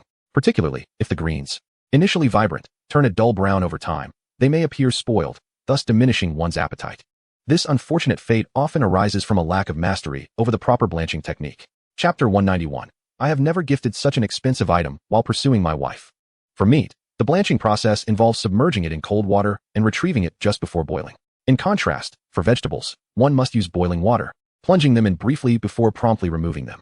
Xiao Lan ignited the stove and brought water to a boil, adding salt and oil before immersing the vegetables. After a brief span of mere seconds, he swiftly retrieved them from the boiling water. At this moment, One is bestowed with a bowl of vibrant greens that remain eternally fresh and verdant. Disclaimer 1. For cooking green beans and mushrooms, extend the blanching time to over 2 minutes, I implore you. Disclaimer 2. The aforementioned mushrooms refer to the most common edible varieties found in markets, such as shiitake, oyster, and seafood mushrooms, excluding any exotic types. For those desiring a crunchy texture, one may plunge the vegetables into cool boiled water to rapidly cool them, executing a mystical transformation akin to ice and fire before draining them. The next step is to prepare the sauce. The concoction is quite simple, merely replicating the sauce used for poached meat at noon.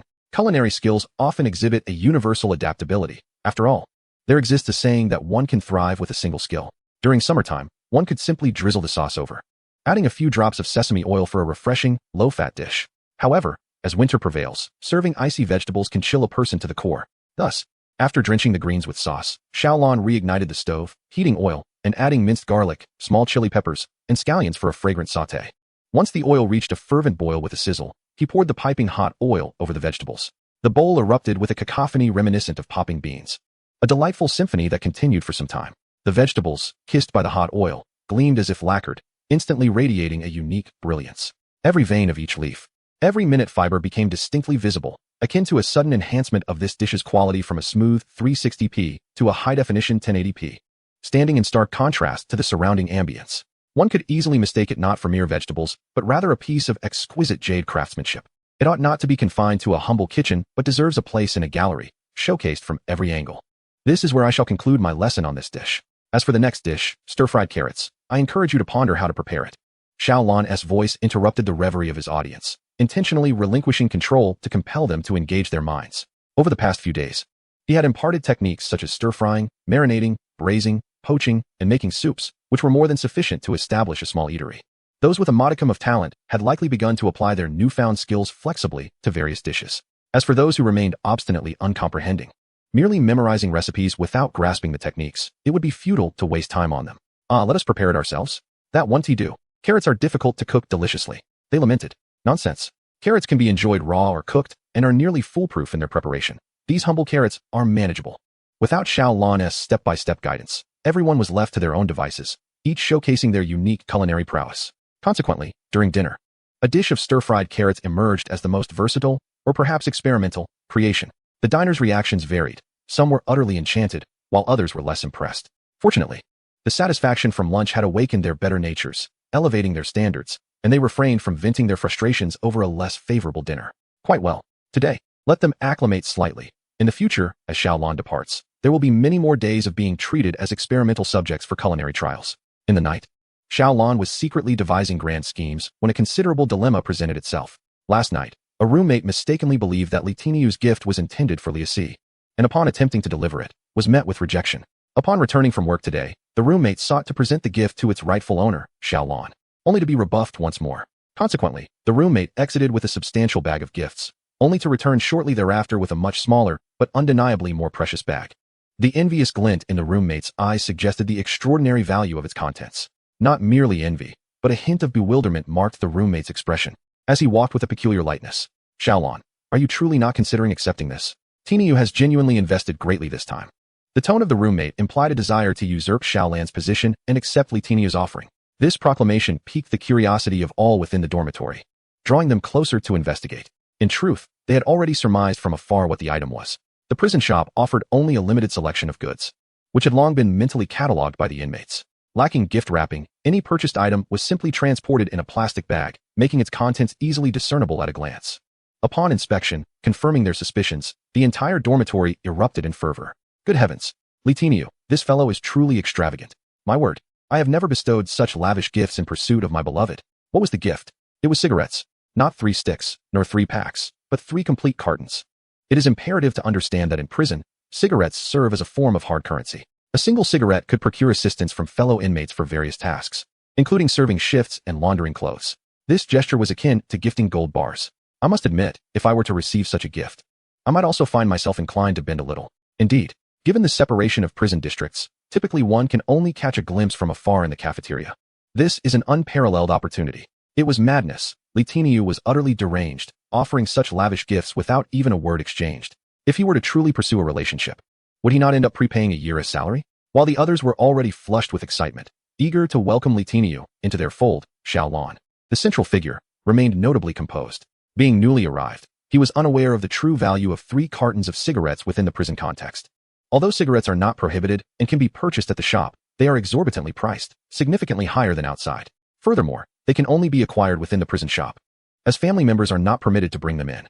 Those unfamiliar with incarceration might wonder why tobacco and alcohol are not banned in prisons. In reality, the implementation of smoke-free prisons has only gradually occurred over the past 2 years, coinciding with a nationwide anti-smoking initiative. Due to varying rates of enforcement across provinces, many prisons still maintain a permissive stance towards smoking. In prison, alcohol is strictly prohibited, while the constraints on smoking are comparatively lenient. For inmates who have a severe addiction to cigarettes prior to their incarceration, the abrupt cessation of smoking leads to a state of unrest. They yawn incessantly, weep profusely, and find it exceedingly difficult to engage in any productive activity. Just as a person accustomed to a cup of coffee or strong tea for a morning boost would struggle to perform without it, so too do these individuals face challenges when deprived of their cigarettes. The process of quitting smoking necessitates a gradual approach, as the prison system values a balance of leniency and strictness.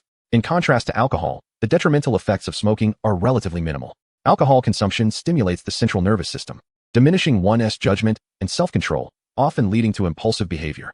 Under the influence of alcohol, individuals may become irritable and disregard both legal and moral constraints, resulting in extreme acts of violence. Given that these inmates already possess low self-control and are prone to impulsiveness, factors that led to their criminality, allowing them to consume alcohol would only exacerbate the situation. Akin to adding fuel to the fire, the most significant risk posed by smoking in prison is the potential for fire hazards, which is why designated smoking areas have been established. Inmates are permitted to smoke only in these areas, with strict regulations against smoking elsewhere. Specialized lighters are provided in these zones to mitigate the risk of fire, prohibiting inmates from bringing their own matches or lighters. For those unfamiliar with the prison system, one might question whether the allowance of smoking imposes a danger to fellow inmates through secondhand smoke. This is a complex issue. What may be poison to one can be sweetness to another. Some inmates may eagerly gather to share in the secondhand smoke, unable to afford their own cigarettes. Another query might arise about the leniency of allowing inmates to smoke. Does this not render their experience too pleasurable? The notion of a post-meal cigarette as a heavenly indulgence is misleading. Prison tobacco is not an unlimited supply. Smoking is not a luxury that can be indulged in at will simply because one has the means. Moreover, the prison shopping carts come with strict limits. Each inmate may spend a maximum of 500 yuan per month at the commissary, while those with more serious offenses may see their limits reduced to 200 or even 100 yuan. Even if an inmate possesses substantial wealth outside, it cannot be brought into the prison. The monthly allowance is limited and prices are higher than those outside, necessitating careful budgeting. The 500 yuan shopping limit must cover essentials such as toothbrushes, toothpaste, soap, towels, underwear, and socks, alongside snacks, beverages, and bread. After accounting for these necessities, little remains for purchasing cigarettes. Without financial support from family, most inmates would need to save for a month or two to afford a single pack, which they would then cherish and ration, fearful of running out. In a setting where resources are scarce and finances are tight, cigarettes become an unequivocal luxury. While the brand of tobacco may not hold prestige outside, within the confines of prison, it is akin to electricity, light, and the embodiment of myth. No wonder the inmates are going wild over it. At 200 per piece, 3 would amount to 600. A single individual could hardly afford such an expense. Li Teniu must have borrowed from others, and certainly not just one. Goodness, how can one continue living under such circumstances? This goes beyond merely sacrificing marital assets. He has even drawn from his funeral fund. Li Teniu is indeed infatuated. I find myself stirred by this. How frustrating that this young man isn't pursuing me. Since entering prison, who has ever seen such extravagance, gifting 3 packs of cigarettes at once? Even outside, where an individual's monthly salary might be 3,000. It would be rare for someone to part with a 600 gift before establishing a relationship, wouldn't it? This is in a prison where the monthly allowance is less than 300. What a gamble. It's no surprise that the others in the dormitory believe that, under these circumstances, some flexibility or adjustment might be warranted. Longo, I think Li Teniu is quite the person. He truly gives gifts. Indeed, Longo at worst. He could view you as a wife while you regard him as a guardian. You each have your own perspectives and need not meet or converse. Longo, I have no other demands, just one request. When you smoke, invite me over and blow the smoke directly in my face. I simply wish to indulge in a few puffs of secondhand smoke. Is that really no request? With you staring at Longo like that, how can he smoke freely? I'm different. I just want to assist Longo in extinguishing his cigarette butts. My lung capacity is exceptional. I can inhale deeply enough to snuff out the cigarette without leaving any fire hazards. A group of individuals was engaged in a heated debate over the ownership of Shaolan's secondhand smoke and cigarette ends when, amidst their chatter, Li Ac's chuckling voice broke through. The item is splendid, but regrettably, it was not presented to the right person. Our Longo doesn't smoke. Instantly, the lively discussion in the prison came to an abrupt halt. Goodness, are there men in prison who do not smoke? They cast inquiring glances at Xiaolon, only to find him utterly composed, his gaze towards the cigarettes as indifferent as one might regard toilet paper, causing a chill to run through their hearts. Alas, now we cannot even partake in secondhand smoke or cigarette ends. This is akin to spending hundreds on lipstick for a girlfriend, only to purchase the most hideous shade. Lia C, shaking his head in disappointment, remarked, TSK, to gift without even inquiring first. If only you had asked me beforehand. The dorm mate seemed to have already designated Li Tinyu as a son-in-law and eagerly began to inquire, what is Longo like? Without missing a beat, Lia C replied, Longo prefers thick, moisture-resistant tissues that do not tear easily. He cannot abide ordinary ones. A single glance from Xiaolon made Lia C, who was squatting, immediately lower his head while adding one last remark. It must be the Xingxianjian brand. Well done, Lia C, using Xiaolan's name to secure benefits for himself. Having mentioned this brand without compensatory advertising, refrained from further comment. Just then, Xiaolon extended his hand to accept the gift and inquired, where is he? May I meet him? Witnessing this scenario, the dorm mates were instantly invigorated. Yes. They are currently rehearsing. I will take you there. With that, they hurriedly led the way. The other inmates in the dormitory were also stirred with excitement, eager to witness the unfolding events. However, they were mindful of not drawing too much attention and hesitated to follow, fearing they might disrupt the auspicious occasion for the son-in-law. Liazu craned his neck and saw Xiaolan's silhouette vanish through the door, leaving him bewildered and then anxious, hastily adjusting his trousers and rushing outside. Wait, Longo, you're not going to accept him, are you? Don't forget your true identity. Xiaolon paused, glancing back at him with a cool expression. Liazu quickly changed his tune. I meant my brother-in-law. Worried that this fool might inadvertently reveal something, Xiaolon quickly retorted, what nonsense are you spouting? I intend to directly refuse him, to return his things and make it clear that he should cease his antics. Ah, you should have said so earlier. Then I'll accompany you. Get back. You're already too conspicuous. After Xiaolon finished speaking, Liazu turned away, a cheerful demeanor masking the frown that had crept onto the face of the leading roommate. Are you really going to be so ruthless, Longo? What other option do I have? It would be pointless to keep him hanging. Everything comes at a cost. That which is free is often the most expensive. Chapter 193. The Jianghu is not merely about violence. It is about human relationships and social intricacies. It was now the evening free activity period. Typically, this was when many could be found playing basketball on the playground. However, due to the upcoming cultural performance, the grounds were filled with self-organized rehearsal groups. For the sake of rehearsal convenience, the prison had relaxed its supervision, allowing many inmates from other divisions to gather here. When Xiaolon encountered Li Tinyu, he was singing in the choir. To earn recognition and reduce his sentence, even the prison's big guy had to obediently perform.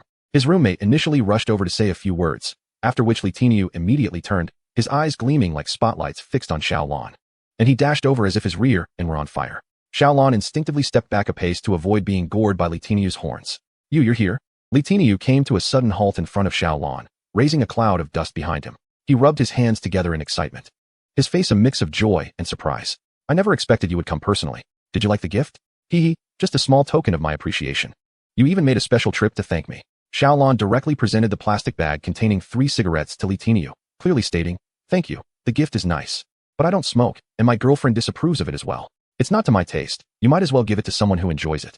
This statement, both explicit and implicit, made his position abundantly clear. Different paths do not intersect. Those with discernment should not waste time on Xiaolon, but rather seek someone more compatible. Yet, Li Tinyu was oblivious to this. His heart was colder than his buzz cut exposed to the biting wind. Cigarettes were the finest items obtainable within the prison. And yet they could not win over Xiaolon. What on earth did he desire? It was tormenting. Trying to curry favor with the chef for a few more bites of meat had repeatedly borne no fruit. Had it been anyone else, Li Tinyu would have long since lost patience. However, despite Xiaolan's peculiar temperament, his skills were undeniably exceptional, warranting repeated attempts to win his favor. Thus, Li Tinyu, with a beaming smile, pushed the plastic bag toward Xiaolon, saying, I didn't inquire thoroughly before and was unaware that you don't smoke. Here, keep the cigarettes as a token of our meeting. You seem quite youthful. I must be a few years your senior. If you don't mind, you can call me brother, and I will look out for you. Whatever you desire, just let me know, and I'll find a way to procure it for you. I don't need it. Xiaolon firmly declined, returning the cigarettes with utmost seriousness. Please, do not buy anything for me in the future. Take this back. Li Tinyu interpreted this as mere politeness. After all, the act of gifting often involves a bit of back and forth. Those familiar with the customs of gifting during the new year understand that when someone declines, it does not truly mean they wish to refuse. With a wide grin, he took hold of Xiaolan's hand, placing the plastic bag in the palm of his grasp and gently closing Xiaolan's fingers around it. Little brother, heed my words. Even if you don't smoke, you could keep these cigarettes. In this cold weather, washing clothes can be tough on your hands. They are precious and should be well protected. Take a few cigarettes and hire someone to help you wash. There are plenty of people eager to assist. Don't let yourself get frostbitten. The two young lackeys accompanying Li Tiniu were in awe of their leader's eloquence. They marveled at the depth of his words, realizing that the world of brotherhood is not merely about conflict, but about understanding and human relations. Indeed, Li Tiniu's smooth discourse demonstrated both his generosity and his genuine care for his companions. It is no wonder he held the title of Big Brother in the prison, with so many willing to follow him. His 3 attempts to gift Xiaolan bore a striking resemblance to Liu Bei's 3 visits to the thatched cottage to invite Zhuge Liang out of retirement. They could almost envision Xiaolan, moved to tears by such heartfelt gestures. Regrettably, the emotional response they anticipated did not manifest. On the contrary, Xiaolan displayed a complex array of emotions: shock, disdain, helplessness, and indignation. With furrowed brows and a heavy sigh, he launched a verbal counterattack. Am I not giving you face? I have truly never encountered such shamelessness. Li Tiniu and his followers stared, wide-eyed with disbelief. Huh, is it wrong for me to give you a gift? Why are you upset again? You, my friend. Li Tiniu nearly revealed what he truly thought of Xiaolan's disposition. If not for Xiaolan's culinary skills, who would indulge him? They utterly failed to realize that they were operating on entirely different wavelengths. As the tension escalated between the two, the roommate, the unwitting instigator of this misunderstanding, rushed in to mediate. He first covered Xiaolan's mouth to prevent him from further berating Li Tiniu. Brother Lan, let us communicate properly. Brother Niu would never force you into anything. Don't let his rugged exterior fool you. He has a warm heart. While others may only care whether your hands are cold, he is the one concerned about your delicate complexion. That is what we call a tough man with a tender heart. After advising Xiaolan, the roommate turned his attention to Li Tiniu. Brother Niu, why search for love in distant places when there are countless blossoms nearby? You and Brother Lan are in different facilities. That is quite far, making it inconvenient even to meet. A forced love is never sweet. Li Tiniu's mind momentarily stalled, and before he could process the statement, his roommate continued. Moreover, Xiaolan has a girlfriend, and his brother-in-law has also entered the same facility. If you were to gift Brother Lan something, how would he explain it to his brother-in-law if he accepted? The program responsible for Li Tiniu's thoughts had yet to untangle the logic when he received a new directive. A flicker of understanding crossed his mind. Are you suggesting that if I give a gift, I must also consider a gift for his brother-in-law? As soon as these words escaped his lips, everyone around him experienced a brief cognitive freeze. Let us give them a moment to ponder. Something seems amiss. As the misunderstandings grew increasingly bizarre, others in the choir recognized Xiaolan and flocked toward him, as if they had discovered new land. Is that the new chef? The one with exceptional culinary skills? Frog Fun, it truly is you. I've heard the cafeteria's meals have been delicious lately, all thanks to you. Can we get to know each other and be friends? Step aside. Who do you think you are, demanding friendship right off the bat? Ignore him, brother. What hobbies do you have? Do you enjoy playing chess? We should play a few games in the game room sometime. Boring. Who plays chess? He is so young. Surely he prefer music and playing the guitar. Hey, I formed a band. Interested in learning guitar? I can teach you. Once you're out, a man who can play guitar will surely attract the ladies. Chapter 194. They seek you for your culinary skills, hoping you'll serve them more dishes. Li Tiniu observed everyone's sycophantic behavior and felt an overwhelming sense of urgency. He quickly spread his arms like a protective hen, blocking all the eager onlookers with kicks and shoves to prevent them from getting close. Step back. Step back. I was here first. Do you understand the rules of order? Do you even know what it means to arrive first? Get lost with your chess. Don't think I don't know. Every night you play 5 in a row instead of chess to save time. And you get out. Just because you're handsome doesn't mean you can play the guitar. Only ugly guys need guitars to attract girls. You look like a guitar. The verbal onslaught was devastating. Li Tiniu hadn't even laid a finger on anyone, yet had single-handedly put a whole group in their place. Though everyone felt a sense of injustice, they dared not confront him due to his imposing physique, opting instead to grumble in the crowd. So what if you arrived first? Look at you talking for ages, and no one pays you any mind. If you can't handle it, let someone else take a turn. Exactly. You can't even give a proper gift. Don't think I didn't hear them calling you thick-skinned. Li Tiniu, now furious, pointed toward the source of the comments. Who said that? Who claimed I have a poor relationship with Brother Xiaolan? Don't spread rumors. If it were bad, would he have come specifically to see me? I was having a chat with him, and you all barged in. Is that polite? Get lost. My brother doesn't want to see you. After finishing his words, he continued to flap his large wings in the air like a hen fiercely guarding its chicks, pecking and kicking at the void. This fearsome display made it unlikely for anyone to approach him without trepidation. A single swipe of his wing could deliver a resounding slap to 10 individuals. Get away. Go on. Retreat. Typically, no one would dare provoke Li Tiniu, but with the sheer number of people present, coupled with Li Tiniu's blatant bullying, emboldened some to raise their voices and expose his true nature under the cover of night. Longu, don't believe him. Li Tiniu is only befriending you for your culinary skills, hoping you'll serve him more dishes. He is merely using you. Indeed, such a scheming man is truly frightening. Unlike me, I simply wish to know Longu. The sudden commotion left his roommate's mind in a muddle. It was unclear how it had escalated to such a ruckus. But everyone had begun to engage energetically in the fray. Although they were still separated by the air, it seemed a physical confrontation was imminent. A nagging feeling stirred within him, as if he had misinterpreted the situation. Oh, my head aches. It feels like I'm gaining insight. Memories long buried were assaulting his roommate. He vaguely recalled that when Li Tiniu first asked him for help delivering a gift to Xiaolan, he had mentioned wanting to get to know the most handsome one. Li Tiniu had not explicitly stated he wished to pursue Xiaolan. Rather, it was his roommate's imagination that had run awry. What a misunderstanding this has become. His roommate, filled with dread, turned his neck stiffly toward Xiaolan. He noticed that Xiaolan's face bore remnants of surprise, but it seemed he had finally grasped something, his expression shifting to one of relief, his tense body relaxing. Xiaolan suddenly turned to meet his roommate's averted gaze and lowered head, further confirming that it was all just a misunderstanding. Oh, how foolish I have been to frighten myself. He exhaled deeply, realizing that it wasn't his body they coveted, but rather his culinary talent. That was a relief. Had he known sooner. Just moments ago, when the group had surged toward him, Xiaolan almost questioned whether he was bound to a criminal Nemesis system or a heartthrob system. So alarmed was he that he read the system's name multiple times, both forwards and backwards. With the misunderstanding cleared, the initiative returned to Xiaolan. These individuals were not desperate wolves prowling for prey, but rather a school of fish drawn in by the bait he had cast. Therefore, he would not be blamed for employing a fishing strategy. Conveniently, he had already made arrangements earlier in the day and acquired the necessary equipment, planning to seize an opportunity, which had now presented itself unexpectedly. Enough. Silence. Xiaolan's voice, neither too sharp nor too soft, suddenly pierced the night breeze, causing all those in heated confrontation to come to a halt. They gazed at Xiaolan as if he were a deity presiding over culinary delights from ancient Greece, their eyes filled with anticipation and yearning. Under the scrutiny of such familiar gazes, Xiaolan felt utterly at ease. None of you wish to be judged as troublemakers. And I trust you will refrain from gathering on the playground in the future, correct? So, for now, maintain your silence. Centered around Xiaolan, within a radius of 5 meters, everyone fell silent. Even the sound of the wind became audible. From a distance, Xiaolan resembled a drill instructor overseeing military training. Observe how everyone stands upright, awaiting the instructor's command. It seems you are all eager to make my acquaintance and forge friendships, Xiaolan remarked, his gaze sweeping across the nearest group, noting their enthusiastic nods. He smiled. That is splendid. I too cherish the prospect of expanding my circle of friends. Upon hearing this, the crowd stirred with excitement. Before they could clamor to introduce themselves, Xiaolan raised a finger and shushed them, restoring immediate silence. However, I am discerning in my associations. We are all adults here, and let us be pragmatic. Friendships often entail a mutual exchange of interests. Clearly, I possess what you desire. But what can you offer in return? Do not rush to answer. I seek something exceptional, not the commonplace trinkets found in prison. He contemptuously discarded a plastic bag containing 3 cigarettes onto the ground. At this moment, Xiaolan was playing the role of a haughty connoisseur. Not for any other reason than to bait them. He implied that the cigarettes, a luxury within the prison walls, held no allure for him. He craved rare and intriguing items, whether permissible or illicit. Those who understand will know. Consider your offerings carefully before approaching me. If you lack conviction, do not squander my time. With that, Xiaolan turned to leave, indifferent to the turmoil his words had sown among the onlookers. A true man never glances back at the explosions he leaves behind.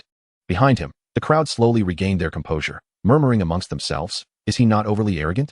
No one who has been here for 4 or 5 years speaks so boldly. While it is common knowledge that flattering influential inmates is an unspoken rule, his audacity in demanding gifts was indeed brazen. Does he not fear being reported? Do not report him. I dare anyone to do so. Tonight's events must remain confidential. If he ends up in solitary confinement, we will all suffer the consequences. The crowd fell into a contemplative silence. It became evident that their willingness to protect him was the very reason for his audacity. He rejected this and that. His standards appeared impossibly high. Who could possibly meet his demands? I can. A voice suddenly rang out from the crowd, followed by a figure sprinting toward Xiaolan. Wait for me. Chapter 195. The millionaire internet celebrity in prison under the astonished gazes of the onlookers, a comet-like figure emerged beneath the streetlight, casting a long shadow reminiscent of a comet's tail. He quickly caught up to Xiaolan, and although the content of their exchange was unknown, the two retreated from the light into an unoccupied corner. Goodness, they must have secrets to discuss. Someone in the chorus recognized him. That appears to be Lu Yang. Upon hearing that name, the crowd displayed a mix of recognition and understanding. Ah, it is he. No wonder he feels confident he can meet Xiaolan's expectations. Lu Yang was also a notable figure within the prison. Before his incarceration, he had been among the early beneficiaries of the internet boom, boasting over 10 million followers across various platforms.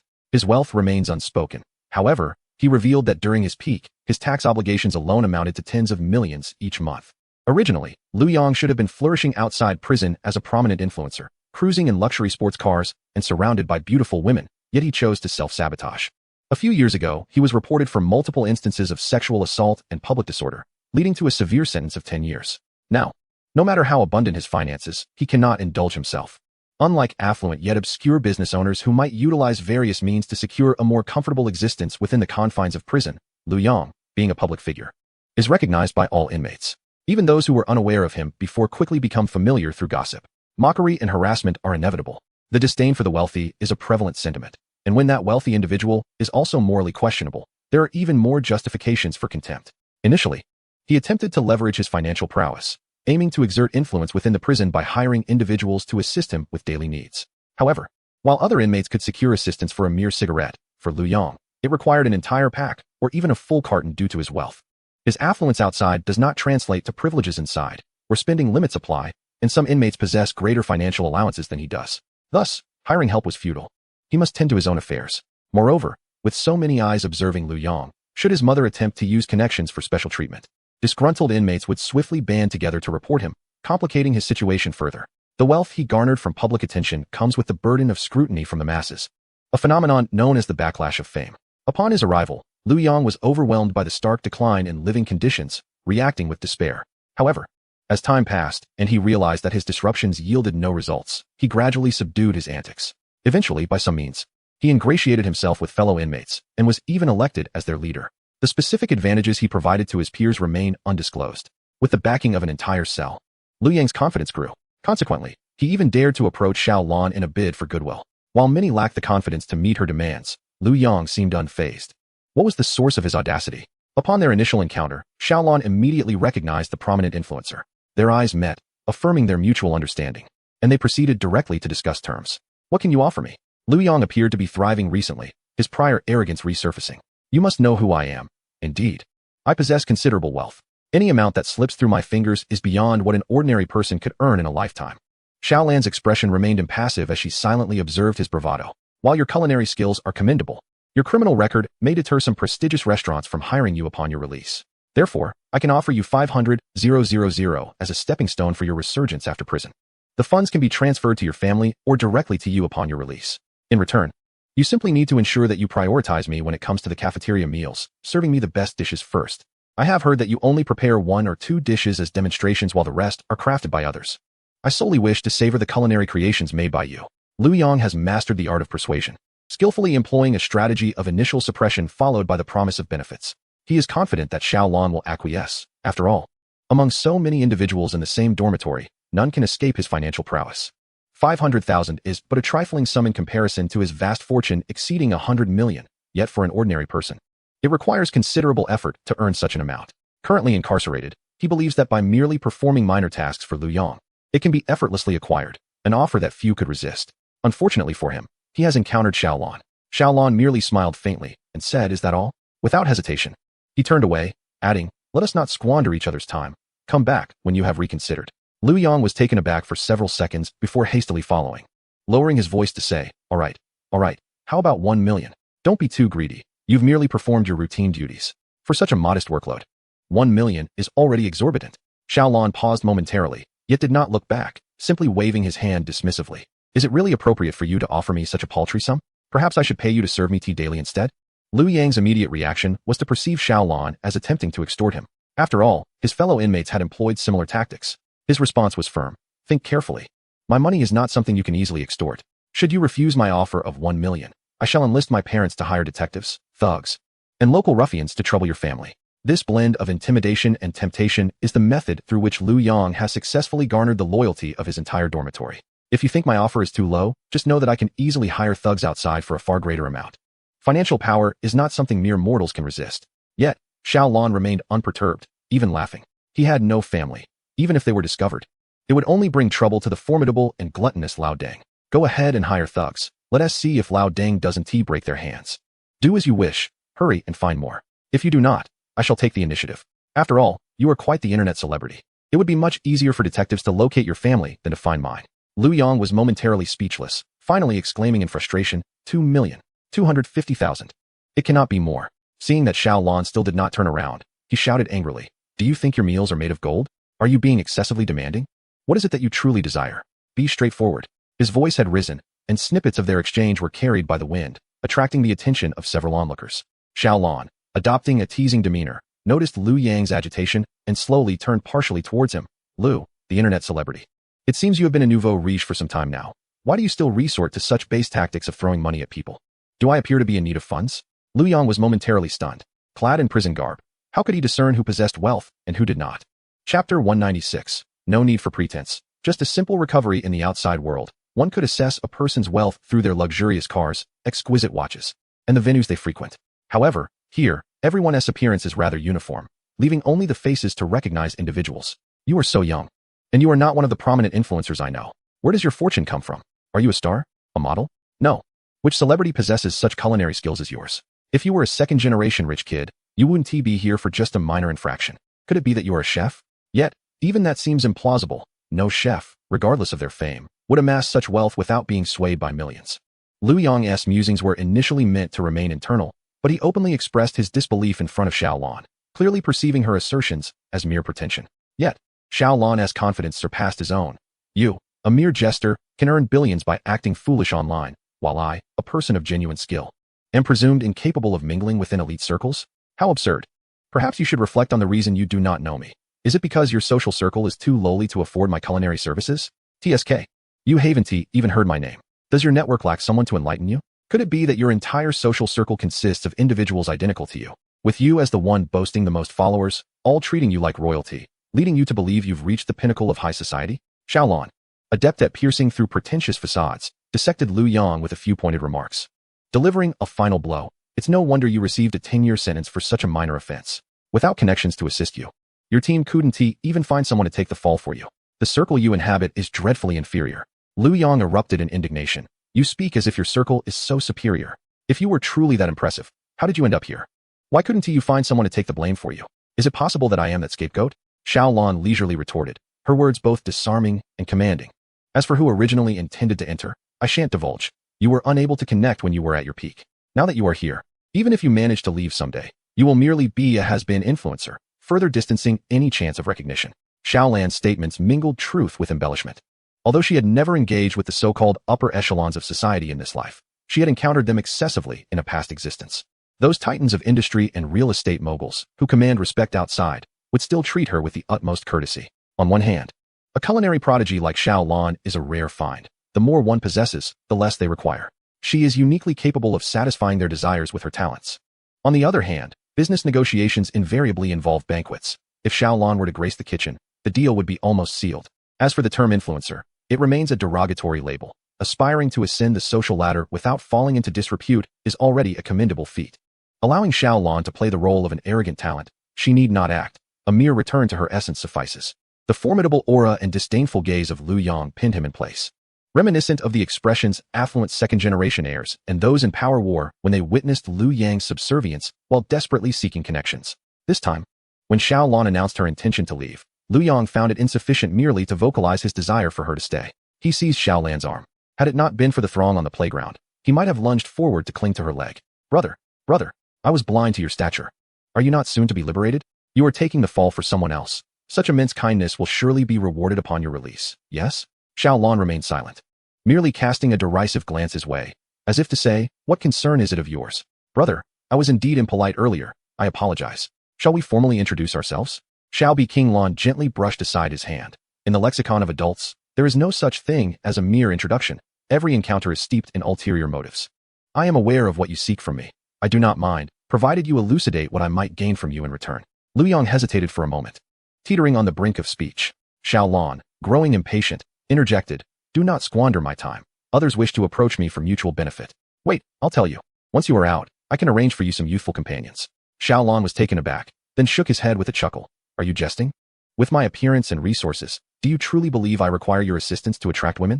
Lu Yang, cautious, glanced furtively before leaning closer to Xiaolan's ear, whispering conspiratorially, not women, but youthful companions, very fresh, not yet mature, and the kind that cannot be found on the market.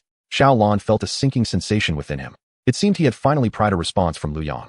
During their time in the cafeteria, he had noticed the gleam of the ladle as it passed by Lu Yang, indicating that nefarious activities were still afoot, though unobserved. Yet, Lu Yang's vague statements warranted deeper inquiry. Xiaolan, ensuring his listening device remained in place, continued in a lowered voice, just how youthful are we speaking of? Surely, 17 or 18-year-olds are not so elusive in the market. Seeing Xiao Lan's interest piqued, Lu Yong reveled in a sense of triumph, chuckling softly, as young as you desire. You can specify. After all, they are nurtured in a greenhouse. Whether you crave bean sprouts, young shoots, or actual beans, it all depends on your whim. Xiao Lan averted his gaze, suppressing the revulsion that flickered in his eyes, feigning a facade of lecherous intent without the courage to act. Is it safe? I would hate to encounter something undesirable. Haha, rest assured, it is entirely safe. All are delivered by family. Payment is exchanged hand in hand. Once you've dined and wiped your mouth, you can leave. Their family will handle the dishes, and should anything break, it is their concern, not yours. Clenching his fist tightly within his sleeve, Xiaolan fought the urge to shatter Lu Yang's skull. He truly wished to remain oblivious to the implications of Lu Yang's words.